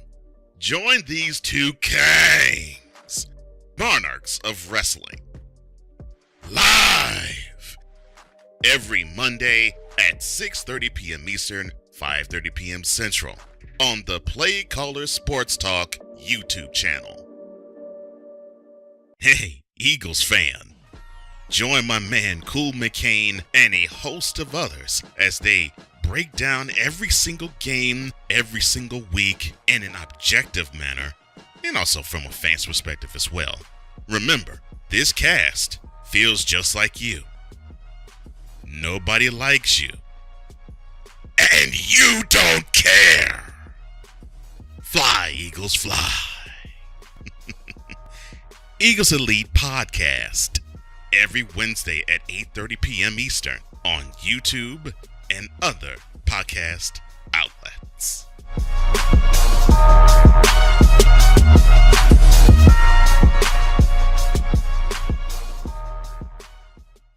Oh, yes. The tradition, the pageantry, the spectacle, the history, the slut. Wait. I gotta rep my brother's stuff right. All my DMV soldiers, stand up! And welcome to the Commander's Gridiron Report. You want your commanders to be repped right? Well, D. Willie is your man. Commander's Gridiron Report, every Monday at 3:05 p.m. Eastern, 2:05 p.m. Central, exclusively on the Sertoba Media YouTube channel. Music by J. Cool. Where my soldiers, right side, commanders. Where my soldiers, left side. Welcome, ladies and gentlemen, to another edition of Cowboys Talk. The Dallas Cowboys got exactly what they deserved. Let me say that one more time, because you know it's true. The Dallas Cowboys got exactly what they deserved. Dak Prescott is overrated and he shouldn't be paid, okay? 33 points in the fourth quarter. Let me say that again. 33 points in the fourth quarter. And that's off of 4 turnovers committed by the Colts. See, at one point, and the fact that at the end of the third quarter, it was 21-19, and the final score was 54-19. Now that, ladies and gentlemen, that is completely unexpected. Cowboys Talk is available on all streaming platforms, including Spotify, Apple Podcasts, Google Podcasts, Amazon Music, and YouTube. Rams fans all around the world. It's a beautiful thing to be a Rams fan right now. Stafford's back. Running back, Carrion Williams. To return. Lend me your ears, or should I say lend Playmaker your ears, as he breaks down week by week everything in the Los Angeles Rams canon. Number 99, Aaron Darnell. Can't wait for 2029 to come to know that you are going in the Hall of Fame, and it should be first ballot, no questions asked. Join the Playmaker as he breaks down everything Los Angeles Rams style in Ramily Talk on the Playmakers Blog Network YouTube channel and where you can find podcasts.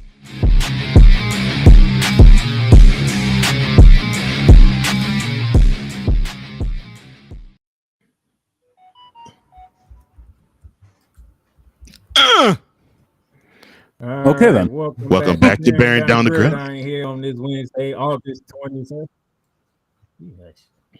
I got this. Hop up on the good foot. Get down now. Cole Johnson. Feel good. Cole Johnson. Cool McCain. Bet Dog Shane Lake in the building with the Playmaker. Now this is where this is where my co-host gets uncomfortable now. Why are you grinning, sir? You have a Cheshire cat grin. Why are you grinning?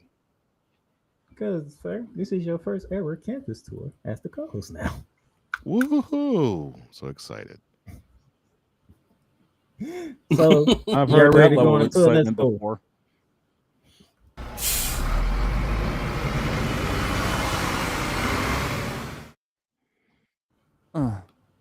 We got to do it in a Hummer. Come on now. Not in a Hummer. Yeah, we doing it in a Hummer. Okay. At least do it with something with style, man, like a Lexus or something.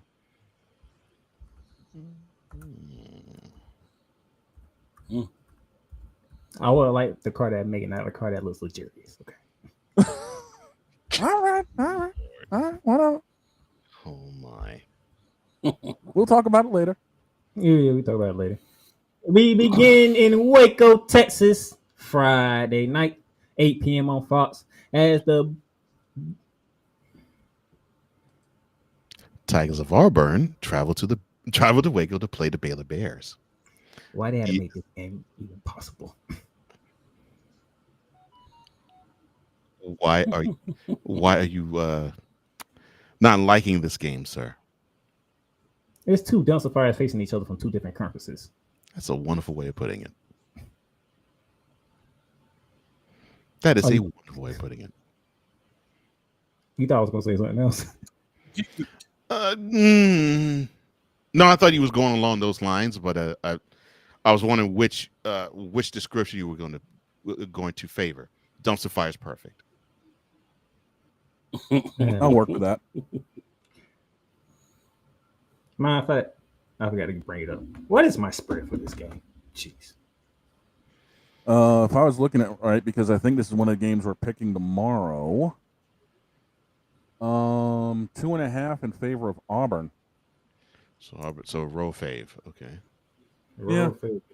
And the over under was at 57.5. Okay, so they expect some scoring. Okay. Yes, I've got the lines because we do the picks on the other show, and I have this all in front of me. Smart man, Shane. Well, that's why you introduced the Story in the Morning Show. I took lessons from my predecessor. That's a good one. That's a good one.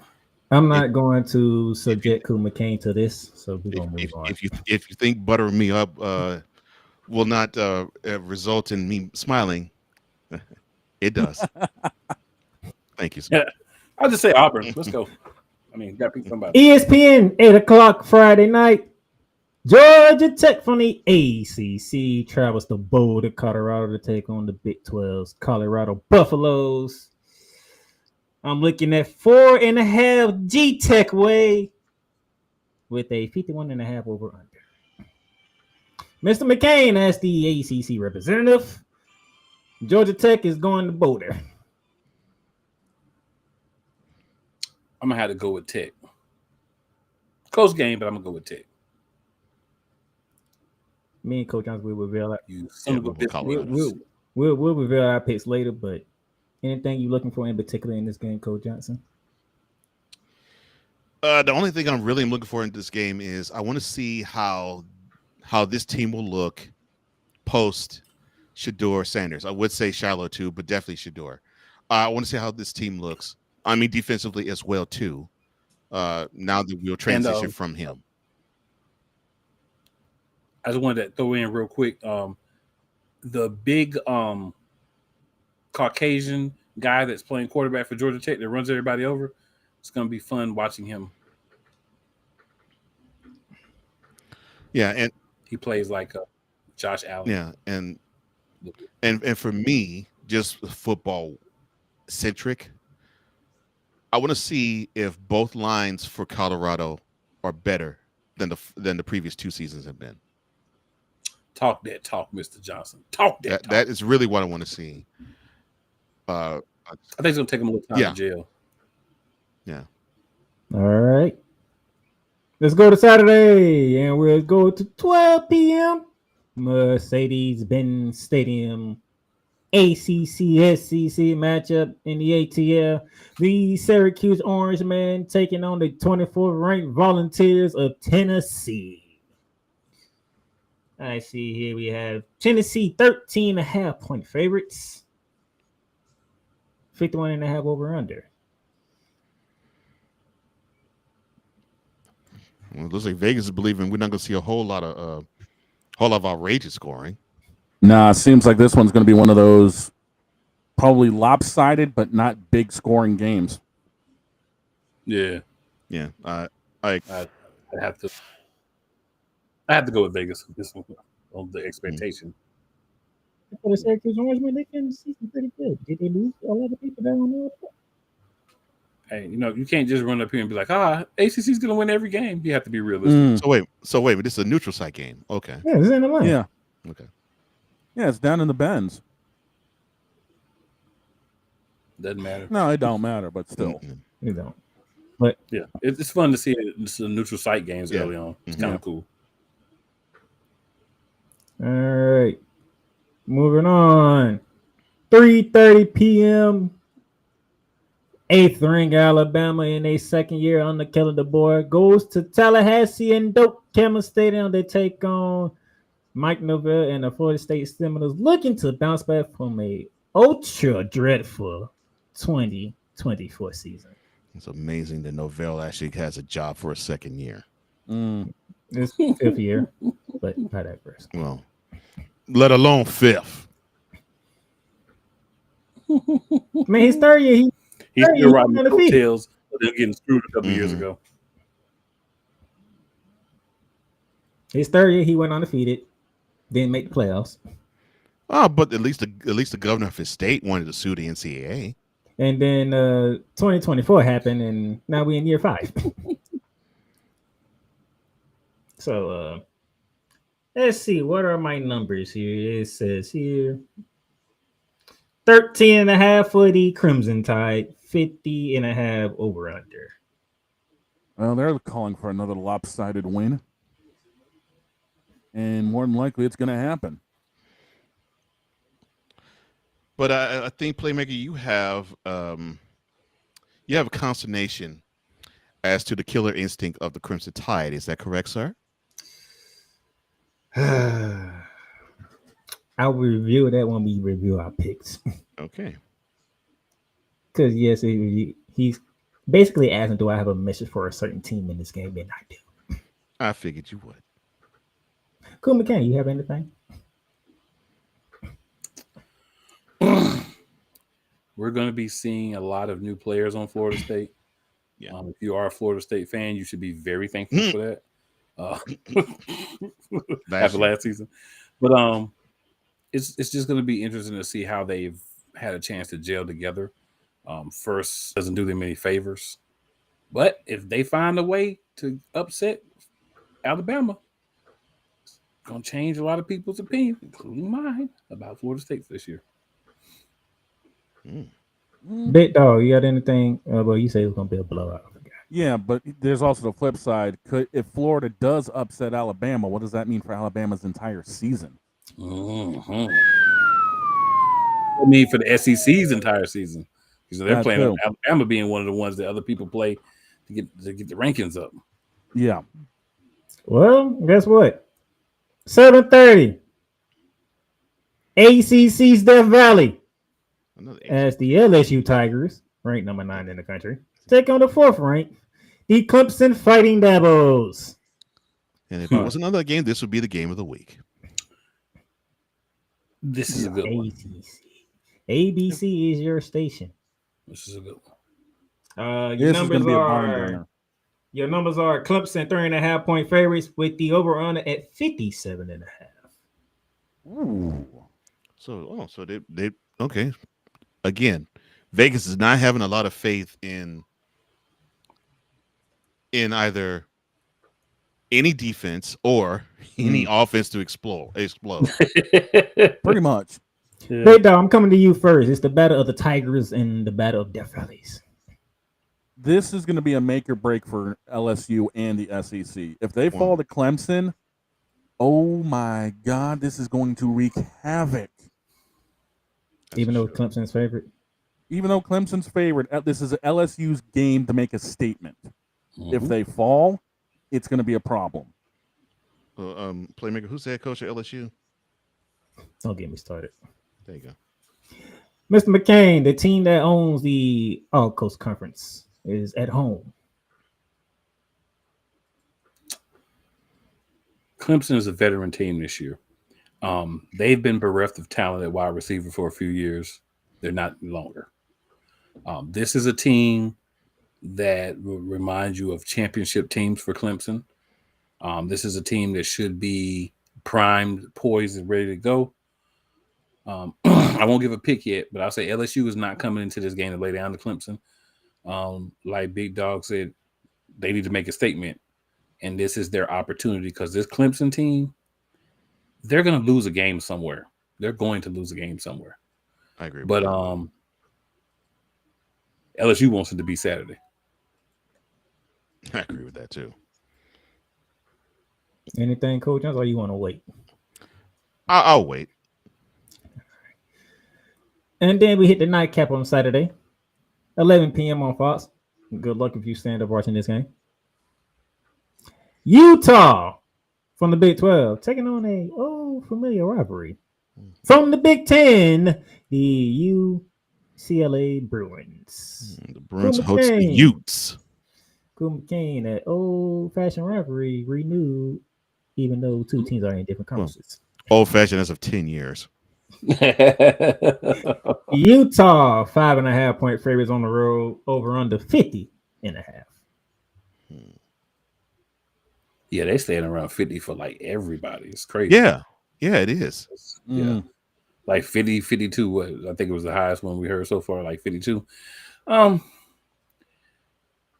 problem with this game is it's going to be watching me.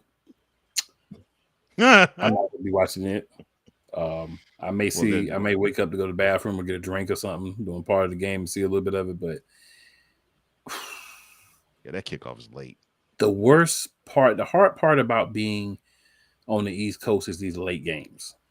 Mm-hmm. And it's like, you're going to talk about sports, you got to try to watch some, because at the end of the day, if I don't watch the game, I don't understand how you're going to play. So it's hard for me to, swing the matchups. But thankfully, we have YouTube and we have several places that you can watch the game afterwards. But watching it live, it's probably not going to happen. But I don't think either one of these teams are fantastically better than the other team. So it'll just be a battle of, I guess we can call it a battle of attrition. Who can stand up a little bit longer? We'll talk about who's going to win when we do picks My bad. I made like 2 picks early on. My bad, y'all. But we'll talk about who's going to win. We'll make picks. Mm-hmm. Big Dog, thoughts on the Utes and the Bruins out in the Rose Bowl? Honestly, my butt's not going to be awake for this game, but honest opinion, it's going to be a last possession game, I feel like. Yeah. If they're saying it's going to be a 5.5 point, I say it's going to be last possession determines this. Yeah, I would agree with that too. Rock with that. That's Saturday. Let's go to Sunday. And we go back to Mercedes-Benz Stadium down in Atlanta, Georgia for another ACC-SEC matchup. The Virginia Tech Hokies taking on the 13th ranked Gamecocks of South Carolina. 3 p.m. ESPN. Big Dog. We have Hokies. We have Gamecocks. Well, By I the got way, South. This is going to be a runaway. I got so South 7.5 is your number for the South Carolina. It's going to be bigger than that when this is over. South Carolina's going to run with this game. Better offense, a little bit more of a stout defense over VT. South Carolina's running this game over. Cool McCain. South Carolina has a lot of pressure on them this year. They're going into the season with at least a lot of regional hype, right? I mean, they're our number 13, so obviously not just regional, but there's a lot of regional hype for South Carolina. So when you have these early matchups, Virginia Tech, I mean, I think Shane put it quite honestly about Virginia Tech. But the thing is, what Herm Edwards says, why they play the games. So it's going to be whoever executes at the highest level. And if South Carolina kind of goes in feeling like they're so much better than Virginia Tech, they could catch them slipping. So South Carolina's got to go out and execute in order to hold that rank and, show, because Virginia Tech is hungry. Just one thing I'll say, Virginia Tech has always been a team that's going to play hard. And I've always had a talent of other teams. That's why they get the hindparts whooped sometimes. But they play hard. So you got to play against Virginia Tech. All right. Now, Cole Johnson, this is the moment you've been waiting on. Not the moment you've been waiting on, but this is one of the moments. Ohio State. Yeah, I said no. I said it's not the moment you've been waiting on, but I said it's one of the moments you're waiting on. I ain't say it's the moment. This is the moment you get to sit back and smile. Sunday night. I get to sit back and Hard Rock Stadium, 7:30, ABC. The 6th ranked Notre Dame Fighting Irish takes the trip down south to take on the 10th ranked Hurricanes of Miami. Notre Dame's a 2.5 point favorite on the road, with the over-under being 49.5. Mr. McCain, as the representative of the U, the floor is yours. You know I'm not going to come up on this show and pick against my Hurricanes. I am not going to do that. Because here's the thing about Miami, I will say. Big games like this, they show up. This is a team that's learned we got to show up for the big games, right? Mm-hmm. The problem is Notre Dame also is going to show up. So it's going to be two teams that are, I think, headed in different directions. And let me explain when I say that.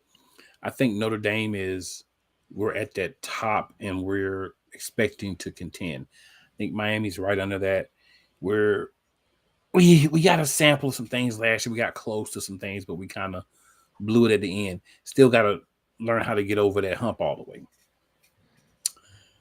This is going to be an interesting game because essentially it's an ACC matchup. I mean, Notre Dame is not an ACC, but they play 4 or 5 teams from the ACC every year. Right. You know what I'm saying?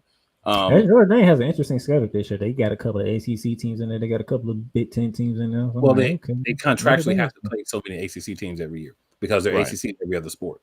Right. So it's interesting. It's a good litmus test, I think, for both teams early in the season. You get a Miami team that I think is a little higher ranked than they should be. Now, I'm gonna say I think putting them in the top 10 preseason is probably a little high. I think more like 12 to 15 would have been more reasonable. But hey, you go out there and you win this game, it doesn't matter. Notre Dame, you go out there and win this game, and it might move you up a spot. So it actually works out good, I think, for both teams based on whoever wins and whoever loses. Notre Dame loses to number 10 and number 6. You're not going to drop them 12 or 13. They only lost to number 10. It's still a top-ranked team. Miami wins. You should get a couple spot bump. Lose, you shouldn't drop too far because you lost to a number 16, right? So it can be good benefits for both long-term if this is the only slip-up that whoever loses has. But I think it's one of the better matchups, and I think it will be a good matchup unless Carson Beck is not who we thought that he was. Because if he's not who we thought he is, I might have to carve out at least 10 minutes for Cool McCain just to let loose on a special show. If he's Don't worry, we talked about this a while back. Okay, so he already knows if he needs to go off, he can come to me. If he's not who we think he is, that's all. I'm gonna leave it there. Big dog.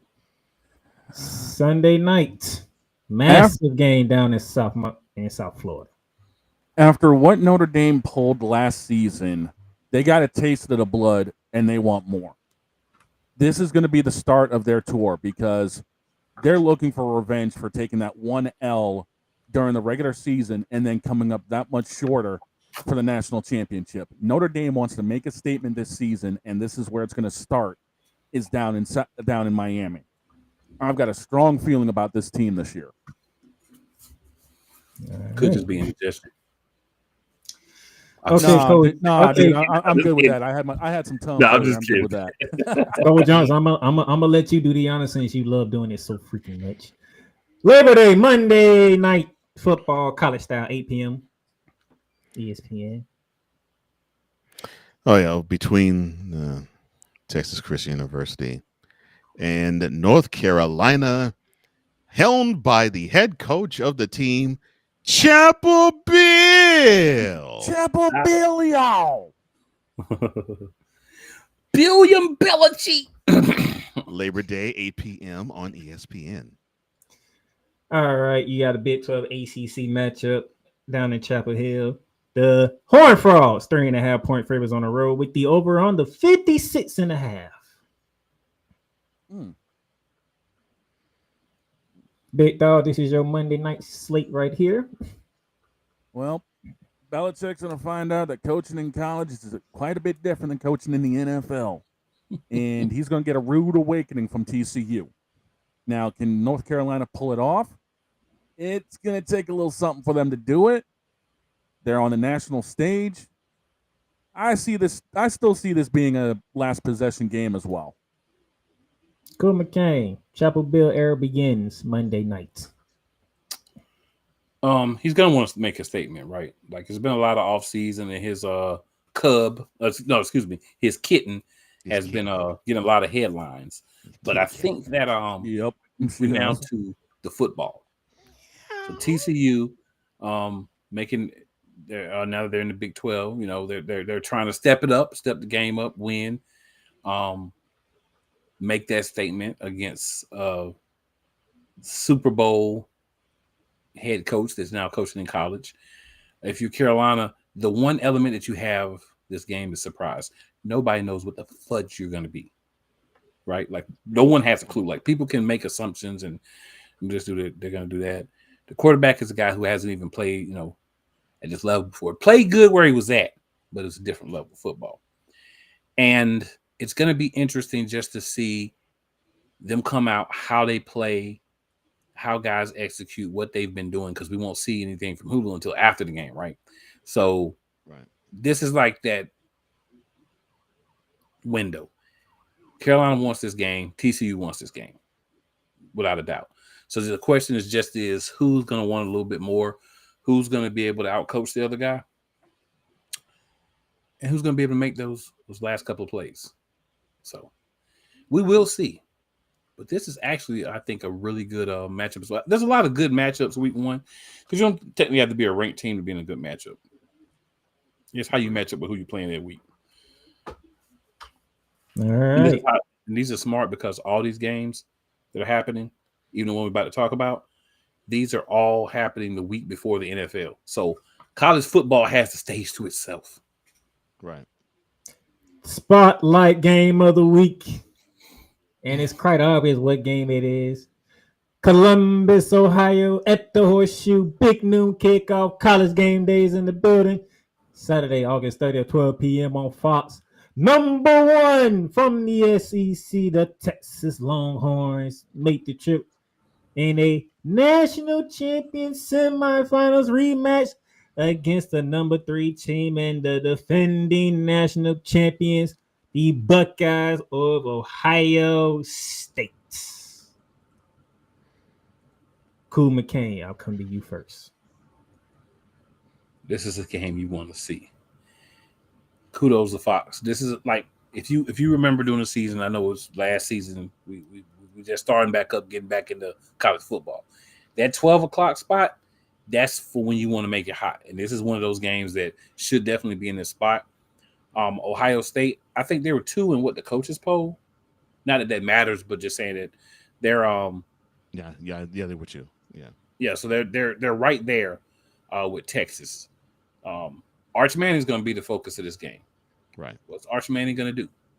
Is Arch Manning going to come out and play poise even though he hasn't had a lot of time? Is he going to look like a guy that has a good future but maybe makes a mistake or two because he just doesn't have the experience yet, and this is a high-profile game? I'm sure that this young man has been harassed all week by reporters and people in his inbox and all that stuff. But I will say that if you want a good early season battle, right, we've got some other ones, but this one right here, oh, yeah. This one, you want to watch this. You want to take part in seeing what happens here because you got a lot of teams in the NFL that are trying to see what Arch Manning is doing from week 1. That's correct. They already called it the March for Arch. So he's already getting scouted from this game. So this is going to be mostly about Arch Manning, but obviously Ohio State, reigning national champions. Those storylines is going to be some of it as well. But the March for Arch begins anew at noon. March for Arch. August 30th. Mm-hmm. Big dog, the game of the week. What is up with Texas teams going to see defending champions to start their season? I mean, one of them's going to lose. You got Dallas going to see Philadelphia during their banner raising ceremony, and then you got Texas going to Ohio State for their championship ceremony. What is going on here? Who's trolling who? Well, This game is what you'd call a barbecue game. You get your homies, you get some brews, you get the good meats, you throw it all on the grill during the pre-show, and by the time kickoff hits, you and your boys are probably about 3 beers in. You're getting the burgers and dogs off the barbecue. You're going to sit down, and you're going to enjoy yourself some good old college smash mouth football. And this is what this game is going to be. I'm here for it. Said it very nicely, Derek. Yeah, he made me hungry. Yes, he did. Sold the image beautifully. Oh yeah. Thank you. I can see the juice glistening off the burger as you take it off the grill. Well then, let's just go straight to it then.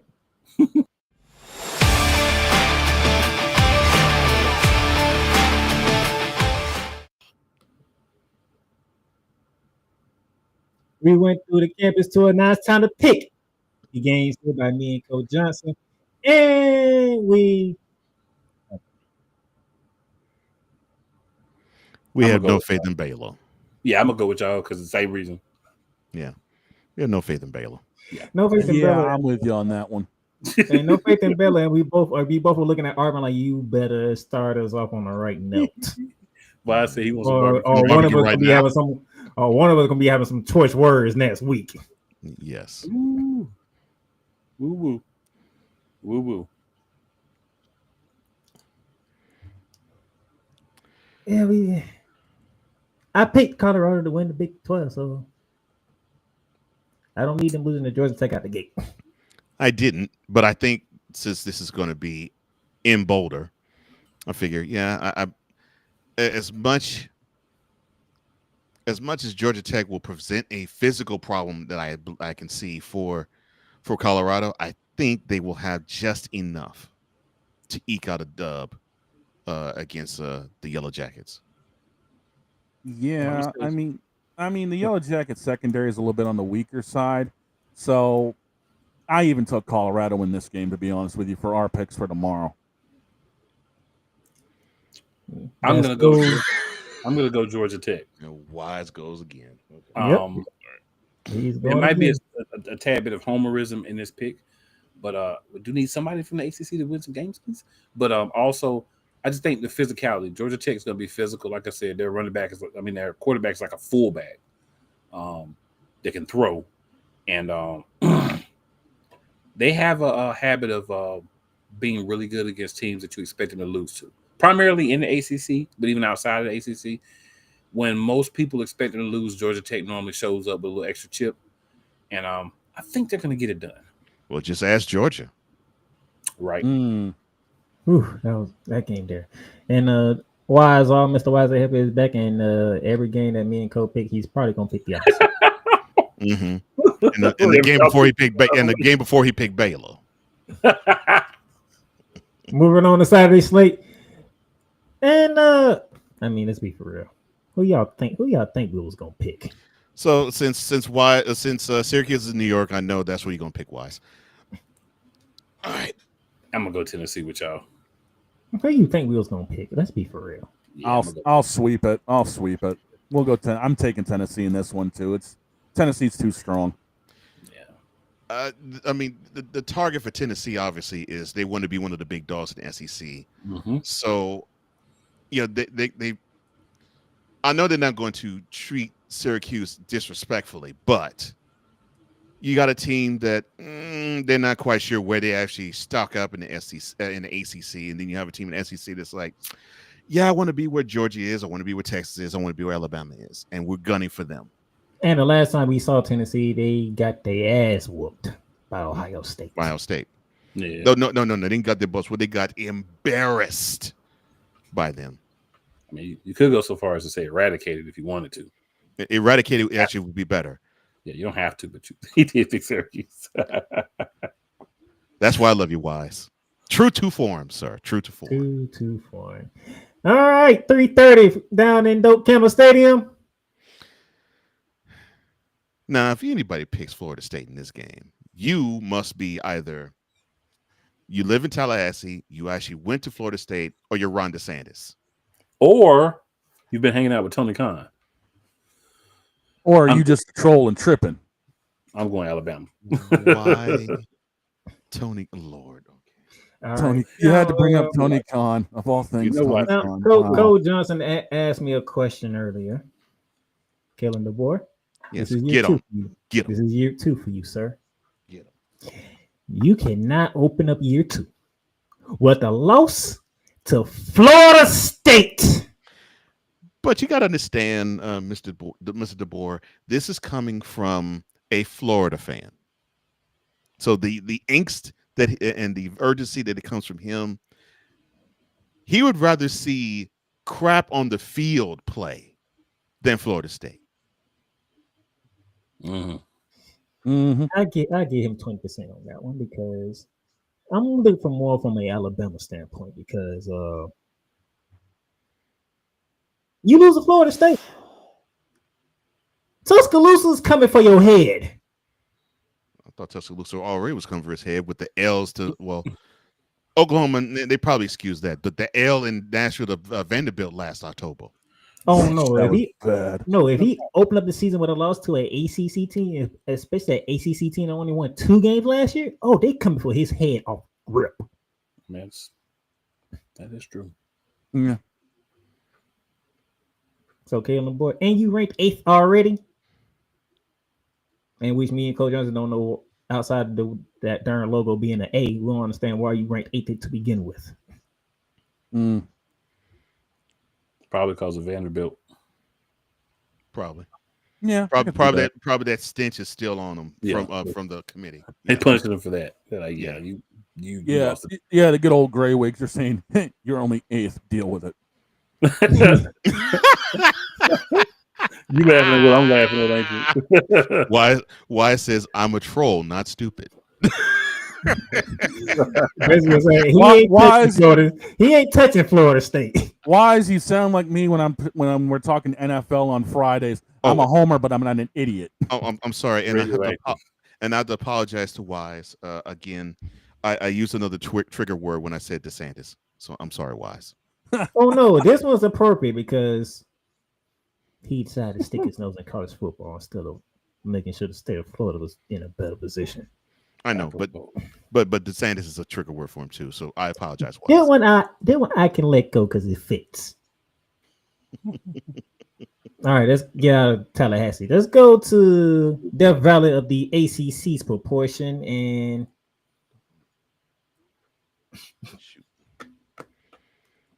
I'm going with y'all. May I speak for Coach Johnson here? Because I have a feeling where we're gonna go. I'm gonna make this concise, simple, okay? Why the two SEC guys picked the ACC guy to beat the SEC team? You know why? Because one sideline has Brian Kelly on it. Ding, ding, ding, ding. Bayou Brown. Darnell. I'm in agreement with this one. This has to be a statement game for Clemson, and this has to be one of the biggest games for the ACC. Clemson's got to bring it home. Yeah, they got to whoop LSU too. They can't just go in there and win by you need to whoop them. Now, and that's where I am with how I think this game needs to be for Clemson. They need to make that big of a statement saying you can't have a team, an SEC team to boot, come to our house and think they even stand a chance against us. And they already think the ACC is low compared to anything Big Ten or SEC. We got to show that we are one of the big boys. So, yeah, they have to come with that type of statement. May I make it personal? Please, sir. Y'all, they call LSU the Death Valley of college football. Clemson's like, oh, no. Yeah, because y'all come down here. Y'all come on to South Carolina and feel what Death Valley is like in South Carolina. Yeah, because we're Death Valley too. Yeah. And I better see y'all reverse it back in Baton Rouge next year. Mm-hmm. I don't bet not hear nothing about no cancellation either. No, okay. If Clemson is going to be a team that actually is going to be like in the top 10, we most certainly will not see this game canceled next year. So they trying to come for the ACC already. So guess what? Mm-hmm. I'm sorry that I am a SEC homer, but I ain't stupid either. Right. And we was talking about before how we got my man that's 25 still playing, grown man playing. Clemson got a lot of grown men too. They ain't 25, but they got a lot of grown men that could drink alcohol every day and not get in trouble on that team. They do. Oh my. They do, but as long as Brian Kelly on the sideline, I got to see him win a big game before I can trust him in one. He couldn't win one in Notre Dame, and he's failed to win too many of them with that Southern Baptist preacher accent. If he had a press conference before the game, he came out and said, "I'm gonna make a name for myself, bruh," it would be over for me. Someone would have to come and check on me. Someone would have to come and check on me. All right, from Death Valley to the Rose Bowl. We want to be completely honest. We have no idea what's going on at UCLA. You can't even tell us who the coach is at UCLA. I was gonna say I don't think UCLA knows what's going on in UCLA. There's too many question marks at UCLA. They don't know what they're doing in Pasadena. Sounds like their coach is the Riddler, to be honest with you. Or Westwood. They have no idea what they're doing there. So I'm gonna tell y'all something that's gonna make you laugh. Okay. I'm going UCLA because I did any, mini, mighty, mo, and it landed on UCLA. And then did any, mini, mighty, mo, and landed on UCLA. I think the eeny, meeny, miny, mo might be broken. You picked him because you did eeny, meeny, miny, mo. I would have been better off saying you did a coin flip and then it just landed on head, so you went at UCLA. Now that is utterly brilliant. Oh my God, that is brilliant. Dang. Though to be honest, Playmaker, I actually did the coin flip and it landed on the spread. Oh my gosh. What is the spread for this? 5.5 Utah. Okay. Yeah. So I was like, okay, I'll take the spread in this one. Oh boy. All right. Now I got for you. Here we go. Sunday games. Sunday, down in Atlanta, Virginia Tech, South Carolina. Our first difference. Okay. All right, I get that South Carolina is supposed to be on the come up. I get that. But I need to see something from them. I need to see something from them. And that's the reason why I picked Virginia Tech. Is it's like this is one of those games. As opposed to Virginia Tech. No, I'm just saying this is one of those games where I could see a team that's ranked in the top 20 take an opponent lightly. And it's a neutral site game. If this was like in Columbia, then I would have gone South Carolina. But I was like, oh yeah, this is a neutral site game. This is one of those games you might say, what the heck? And then you might see Virginia Tech. Heck, they might revert to a Frank Beamer special and get a block punt. I mean, you just don't know. I understand you. Week 1 coming out the gates. Mm-hmm. Somebody that's prematurely ranked for whatever reason is going to get caught, is what Cole Johnson is saying. And he's Correct. feeling that South Carolina's that team that's prematurely ranked ain't going to get caught. Right. Fair enough. I'm with Cole for exactly what he said, which echoes what I said in the preview. I'm going to go with Virginia Tech. I'm going to roll with South Carolina. That darn quarterback, Sailors, he's going to be a problem. He's going to be a problem. I took South Carolina in this one too, but I'm thinking this game goes overtime. This is going to be one of those games that you're going to want to see the ending of because it's going to be a season decider. And what else did it for me? Shane Beamer is the coach of South Carolina, so I'm pretty sure he would like to beat the team that he's been known for pretty much his whole life. Yeah. So give me South Carolina.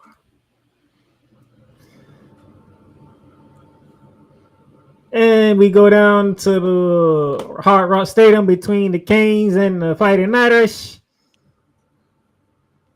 I refuse to pick against the Canes. I wonder why. Gee, let's think for a second. So what game they going to lose to? You said they ain't going undefeated. I believe it's going to be somebody we should beat, not somebody that's a good game. I think that they'll get up for the game against them. Again, I'm working under the assumption. No. The hope. Okay. The hope. And the prayer. The hope and the prayer. Okay. That we're going to get a better version of Carson Beck than we saw at the end of last year. He down in Miami, son, he with his babe. You know what I'm saying? We should get a better version of him. His mind should be right. That's what I'm hoping and praying for. His mind should be right.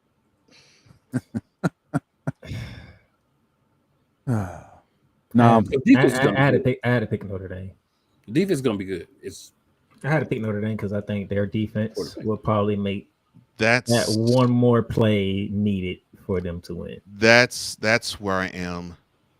I think the Fighting Irish is a little bit on the veteran side. Is he rich or is he trolling? No, hey, either way, no, he's trolling hard. He's trolling hard. Either way, he says, "I'm going with the cause." Either way, I know who he's talking about. I don't know. Yeah, we all know who he's talking about. That's what this game is. That's what this game is, man. That's what I say. Is he picking you or is he trolling? Hey, either way, he's probably picking them, but he's picking them in a troll fashion. He's picking us in a trolling way. I can accept that. And for those who don't understand, back in the late 80s, a person made a T-shirt that sold like wildfire in South Bend, where this game was co-opted: the convicts versus the Catholics. The story of that 30 for 30 is currently on Netflix. I actually just got done watching it not too long ago. Mm-hmm. Yeah, I watched it when it first came out. And lucky enough for New Hopes and Company, they won that game. Otherwise, otherwise it went the total opposite way. Yeah. So look, I have all the faith in the world. Look, we all four of us know the U is a talent rich bed for football. I mean, yes, football talent loves to flock there. The reason why they haven't in recent memory is that they just have been horrible. But if there's a scent of them being good, the talent flocks there. So they will not be bereft of talent, and we're gonna see really good talent from the U all throughout the year and in this game. Agreed. The difference to me is I just believe the Fighting Irish defense is a little bit more seasoned than the talent level of what Miami can offer. So I don't think this is going to be a blowout per se. I personally think it's going to be one of the best games of the year, personally. And I actually like Marcus Freeman just a tad bit better on this one. Yeah, and forgive me, Cool, for forgetting the guy who coaches Miami now, Mario Cristobal. Yeah, thank you, Cristobal. I do not like him. Not I hate him, but I don't like him because of the fact that he had the ball and the lead against Georgia Tech not this year, not this past year, but in 2023, and decided not to kneel the ball but run it, and they went from coming close to winning it to losing it. So I have little faith in how he manages the game. Little faith in him. You didn't have to do that, man. I'm sorry, bro. I'm sorry, man. No, you good. Yeah. It happened. I mean, it's the truth. It happened. Yeah. The only way I see Miami winning this game is if number 92 with Johnson on his back comes out of retirement to help Miami. That's the only way they're winning this. What the rock is good. You watched him in college. Give me Notre Dame in this one. I'd rather you say number 99 with Sap on the back come out. Well, yeah, but he played around the same era, so yeah. That would have been interesting. All right, we are going to see Chapel Bill start off on the right foot. Now, I'm gonna go with Chapel Bill. Yeah, I'll admit they're gonna pay off the reps. You is not gonna let that go, jeez. Ever, sir. If I let it go, that means my mind's slipping. Just know that. They ain't even coach the game yet. He's gonna pay off the ref.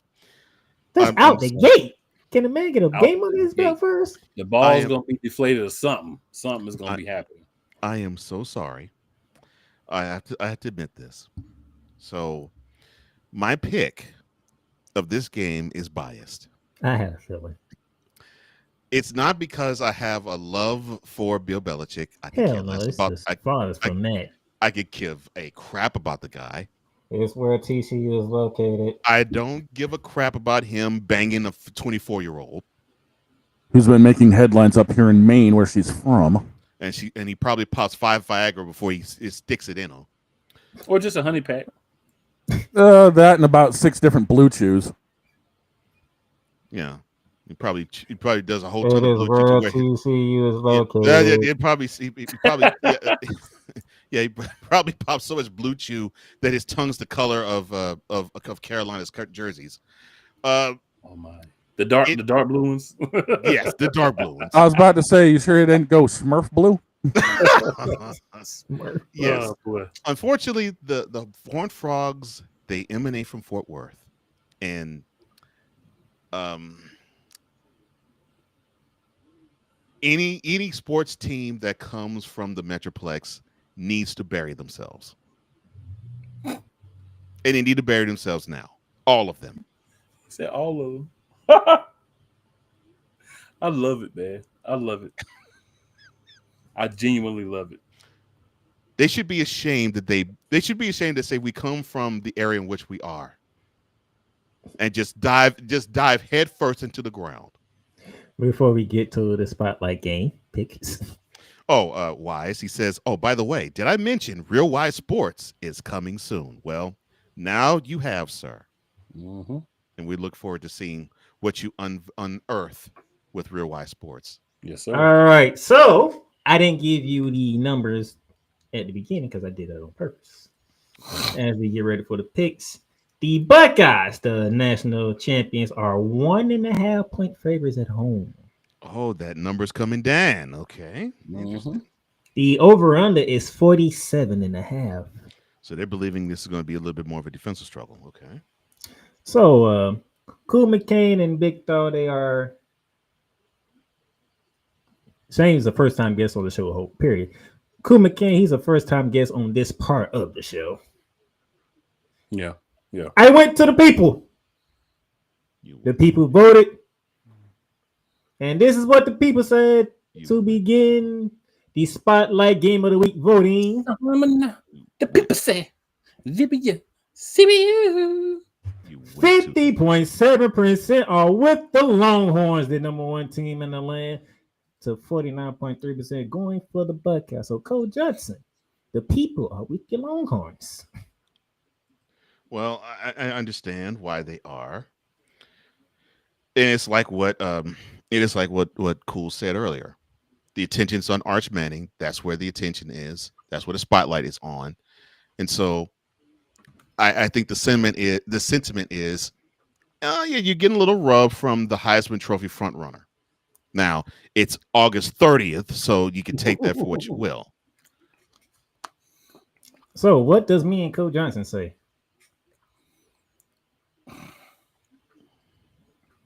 Why am I not surprised? Here's the funny thing. Here's the funny part. No surprise. Here's the funny part.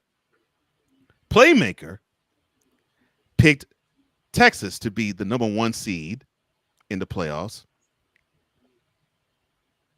And yeah. And to win the SEC, I picked Ohio State to win the Big Ten. Now, and we went the opposite direction. And went opposite directions. Mm-hmm. So the reason why I picked Texas, I'm not the biggest fan of either coach, really. I think Ryan Day is the next step up from he's the next step up from a broomstick. And Steve Sarkisian, he knows football and he's great and all, but he likes to drink the wine a little too much. So I'm not the biggest fan of either sideline at all. And so I had to think of, okay, so I get that Arch Manning is the guy. Young Archibald. Yeah, Archibald. Yeah, I get that Arch Manning is the target and the spotlight figure of college football right now. I get that. So I had to say, all right, put that aside. Who do you think is the stronger overall unit coming into this game? And I had to lean toward Texas a little bit because we don't know how Ohio State's going to be yet. Now, I know they reload, so I understand that. But I just think that we may see them let up just a tad, just a little bit. And so I said, okay, I think Texas will probably get the dub.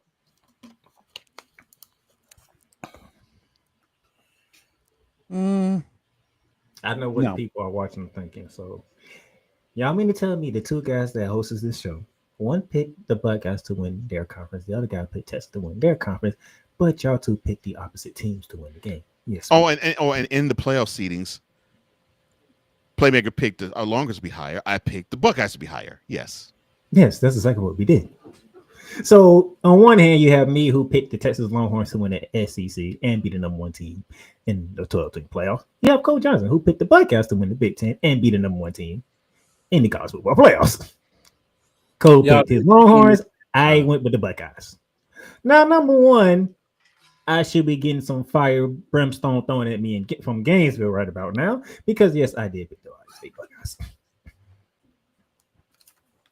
Y'all can't even make up your own mind. I'm going with Cole. Why did I pick the Buckeyes? Because number one, Wise is right. Yeah, Ohio State has the chip. But who's been the more talked about? Championship hangover. Texas has been more talked about. Ohio State ain't been in the headlines. It's been Texas. Championship hangover, Ryan Day.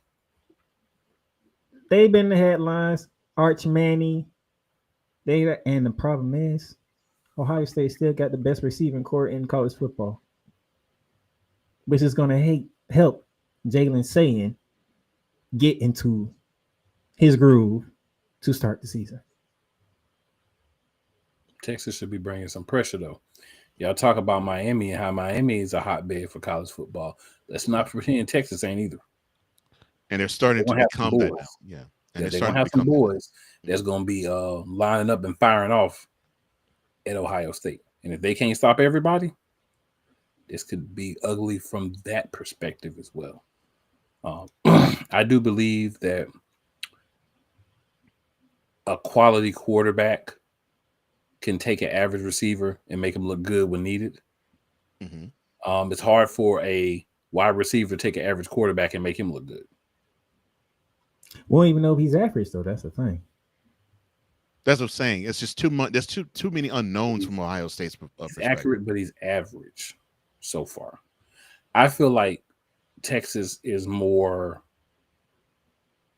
And don't get me wrong, Texas should be hungry because Ohio State is the reason why the Longhorns is not national champions. Right. So I mean, and there's I was gonna get there, but you already took it, so I ain't gonna worry about it. But the thing is, I feel like Texas is going to be able to do enough to get the win that they deserve and that they feel like they deserve and that they want. And I think Ohio State's gonna have a little bit of that championship hangover week 1. They were playing this game week 4, week 5. Maybe I feel different. But right now, I think Texas is a little bit more prepared to go out and make a statement from the jump. I think the media coverage of Texas is going to backfire on them in week 1. You say it every year. Well, all I have got to say about all this is to be the champ, you must what? Unseat the champ. And Texas ain't got it in them. Little girl, I'm gonna make your mother a real woman, and she's gonna be wooing all night long. Whoa! Get that ride up that mountain.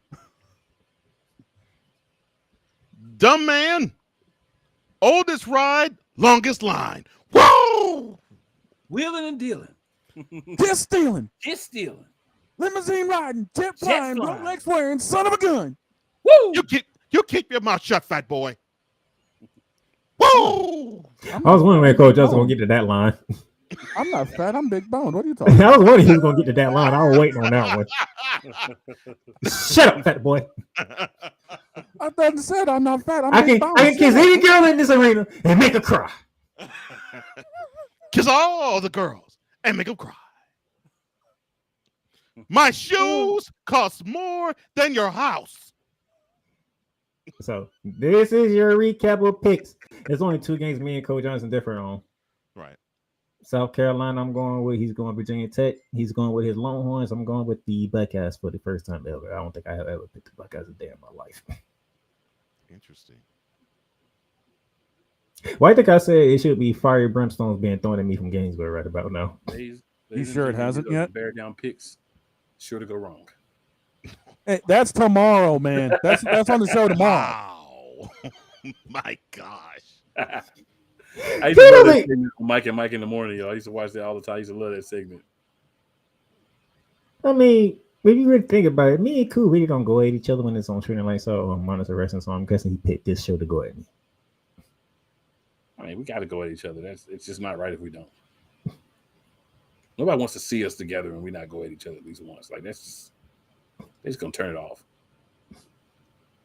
So he picked the show that he normally doesn't be on to go off at me. Fine. Sounds good. We gotta go off on each other a little bit. It's our vibe. It opens up the relaxation and makes the show more relaxing for everyone.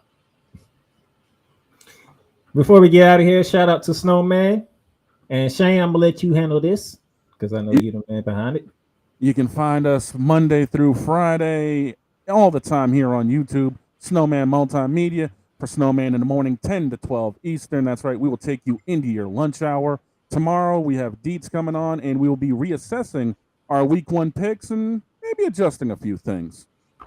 And then this weekend, Snowman will be doing some live play-by-play to kick off the college football season, starting with the game of the week.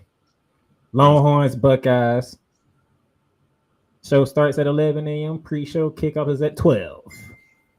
Following that, he'll be moving to the Death Valley Battle, 7 p.m. when the Tigers of LSU go against the Tigers of Clemson down in Clemson, South Carolina.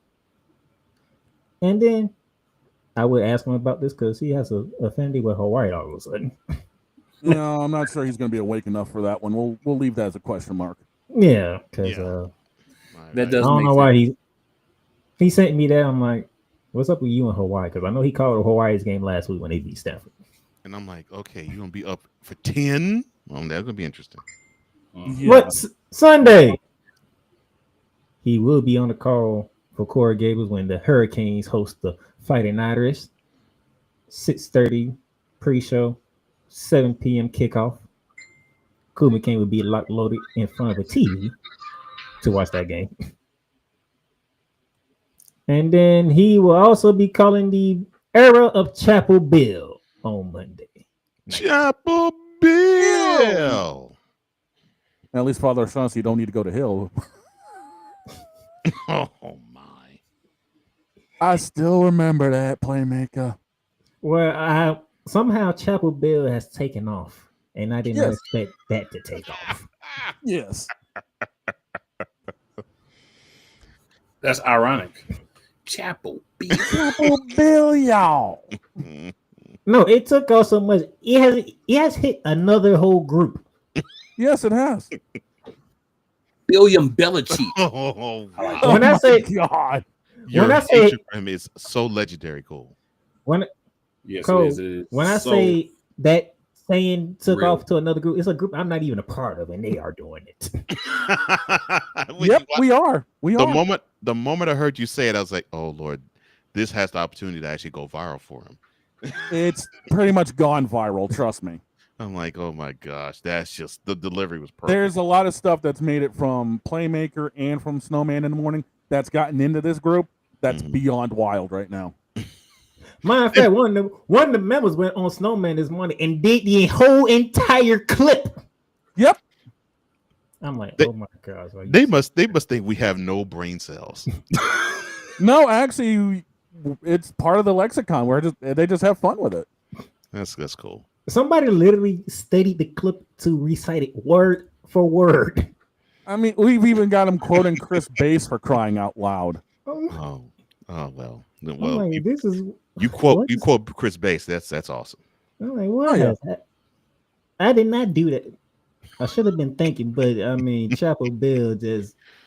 Hey, I didn't want to say Chapel Hill no matter. You gotta make the t-shirts. Look, it's better. It's better for Chapel Bill than for what I heard Shane said that they repeat with me. Reach down my backside, son. Hey, that's just me doing it to pay homage, man. Anytime BGS comes up with Brian hitting that button, I'm like, hang on a second. Reach in my backside, son. Oh, that's some bull. First time I did that, Vic actually asked, so I take it you and Ray are actually on good, you and the preacher on good terms? I'm like, yeah, we're fine for now.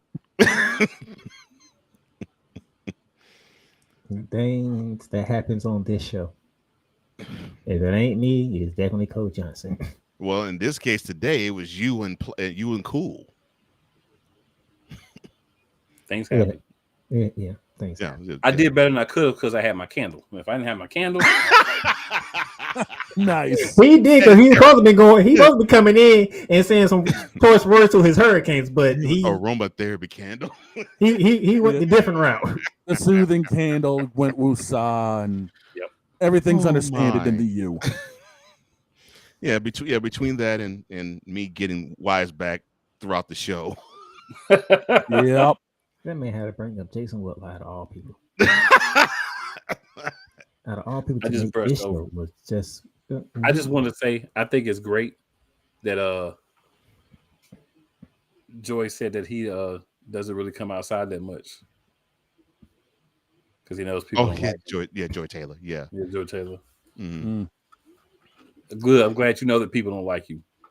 Ignorant. And that actually something Wise said on a Mentality episode. He actually did say that.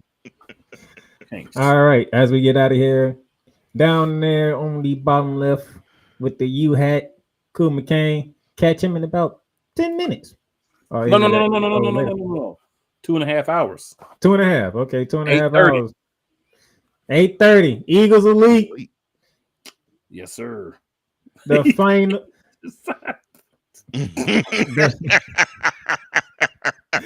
The final preseason show for Eagles Elite, because the following week is action time. And Super Bowl review from last year. It's part of the show tonight. So Chiefs fan, you ain't gonna like it. And we know that some people one person from the Eagles for sure, spot was revealed on the top 100. And I'm just gonna say that. Does that number involve a single digit? It does not. It should, but it does not. Okay. Yeah. Okay, I don't mind that number either. It's Because it's in the very lowest teen, and it should be a lot higher. But after what that guy did in my rounds, he should be high. We're going to talk about that. My take on that. No. Aromatherapy fueled, so it'll be less violent than it could normally be. It's going to be aromatherapy fueled. Well, for those who don't know, Cole McCain is an Eagles. I can't even say fan. He's an Eagles connoisseur. Lunatic. Yes, lunatic. He knows everything Eagles, history and behind the scenes. You're so kind, sir. You're so kind. Yes, for any Eagle to be disrespected in any way, shape, form, or fashion, you will definitely be hearing something to the effect of, "This is why we throw middle fingers at everybody else." Yeah, I believe that. And there's going to be two ladies that are as fanatical as I am on tonight. So yeah, it's going to be interesting. Yeah. Yeah, one of them I'm not going to challenge. I know you're not. I know you're not, sir. I wouldn't recommend it. And it's not the reason why you people think cool know the reason why I'm not going to do it. It's not the way most people probably think about it. I definitely wouldn't recommend it. That's all. That's all. But yeah, and then Friday, we are relaunching Friday nights. It's going to be pre-recorded, but we are relaunching Play Call Sports Talk. It's going to be a little bit different. Maybe not week 1, but it's going to be a little bit different. Your boy is off the leash. And you know what, Wise? I'm going to have to disagree, because everybody talk about the champions. You know who nobody ain't talking about? Oh, the team that he reps. That's ice cold. Wow. You know who ain't nobody talking about. And for those who don't know, Wise is a huge Giants fan. That is absolutely ice cold cool. Hey. Bruh. I didn't say anybody's name. That was cold. Down in the bottom right, the big dog Shane Lake, catch him on Snowman in the morning. And you can also catch me later at about 8 o'clock Eastern on Sim Racing Media. I will be calling the Outlaw Sim series from Lime Rock Park. Those guys are going to be trucking all night long. You'll find me on the stick with my buddy Dave Regal. So tune in about 8 o'clock Eastern, Sim Racing Media right here on YouTube. Yeah, that's and for me, it's the Eagles Elite podcast. If you're watching Sim Racing, just take about 20 minutes. You know, maybe they got like an intermission or something. Just slide them over, check me out. Check them out during the commercials. We run about 2 or 3. Like sharing all that good stuff, you know. Yeah. Tomorrow, ladies and gentlemen, in Ramley Talk, I'll be closing out the season preview with weeks 15 through 18 that features the Detroit Lions, and the second matches with the Seahawks and Cardinals. Find out where I have the Rams at, if they're making the playoffs, where they'll be seated at, before we host Coach Johnson Houston Texans the following week. Yeah. Well, Wise, I just want to say, let's not do that, because we know the Chiefs and the referees are switching jerseys. So let's not do that. They just actually called the game down the middle instead of, helping out. And then my co-host Cole Johnson, as he changed the background to a certain show.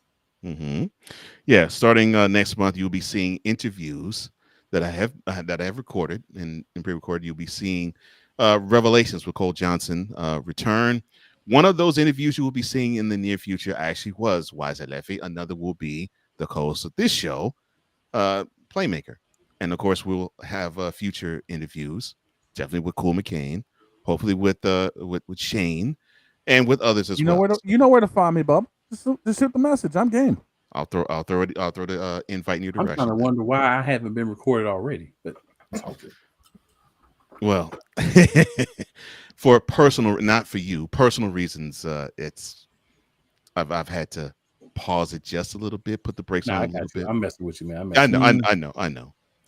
But yeah, but definitely. It meant you because you said me already. If you just said why and didn't say nothing else, you wouldn't have said nothing. No, I still would have. Yeah, and of course, in the future, I'm going to line another one up with bass. So I'm looking forward actually to the one with you, Cool, and with bass. That'll be fun. Yeah. For the four of us here, Cole Johnson, myself, maybe Cool McCain. I ain't decided yet. Next Monday, shooting lights out. Ain't decided yet. Are you still upset he called you Florida boy? No. He mad because my dream. He's just gonna hold on to that for a while. This is all about my dream and his liberty. That's what this is about. Ain't nothing to do with that either. Then what is it about then? Because I only had one pick one card. I ain't picked two.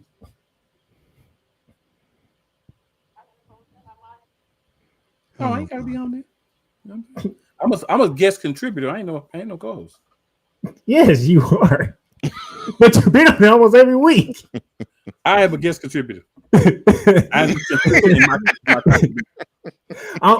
gonna see how the weekend goes in the WNBA. Mm-hmm. Oh no! If you don't want me up there now, then you don't want me up there.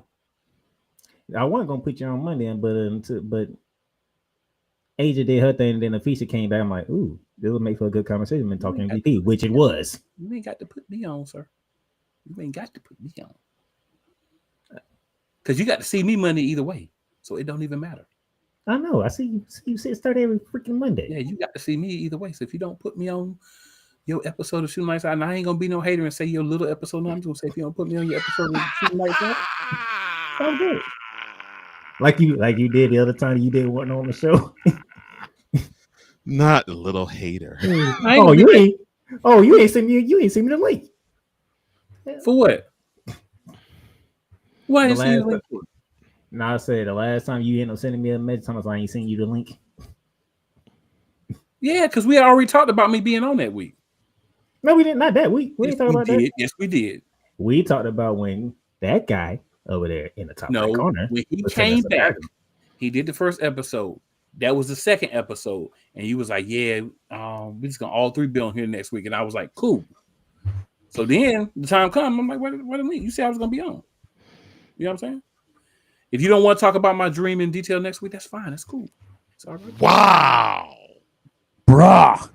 When there's a show, have I not talked about your dream? You know what I'm saying? If you don't want, I said in detail. In detail, I talk about them. You may not want to hear about them because you know how things are going right now. You may not want to hear about it. It's fine. I get it. Well, to be fair, I was the one who actually did talk with Cool on the most recent episode of Shooting Lights Out with the dream, about the dream. So yeah, he has a point there.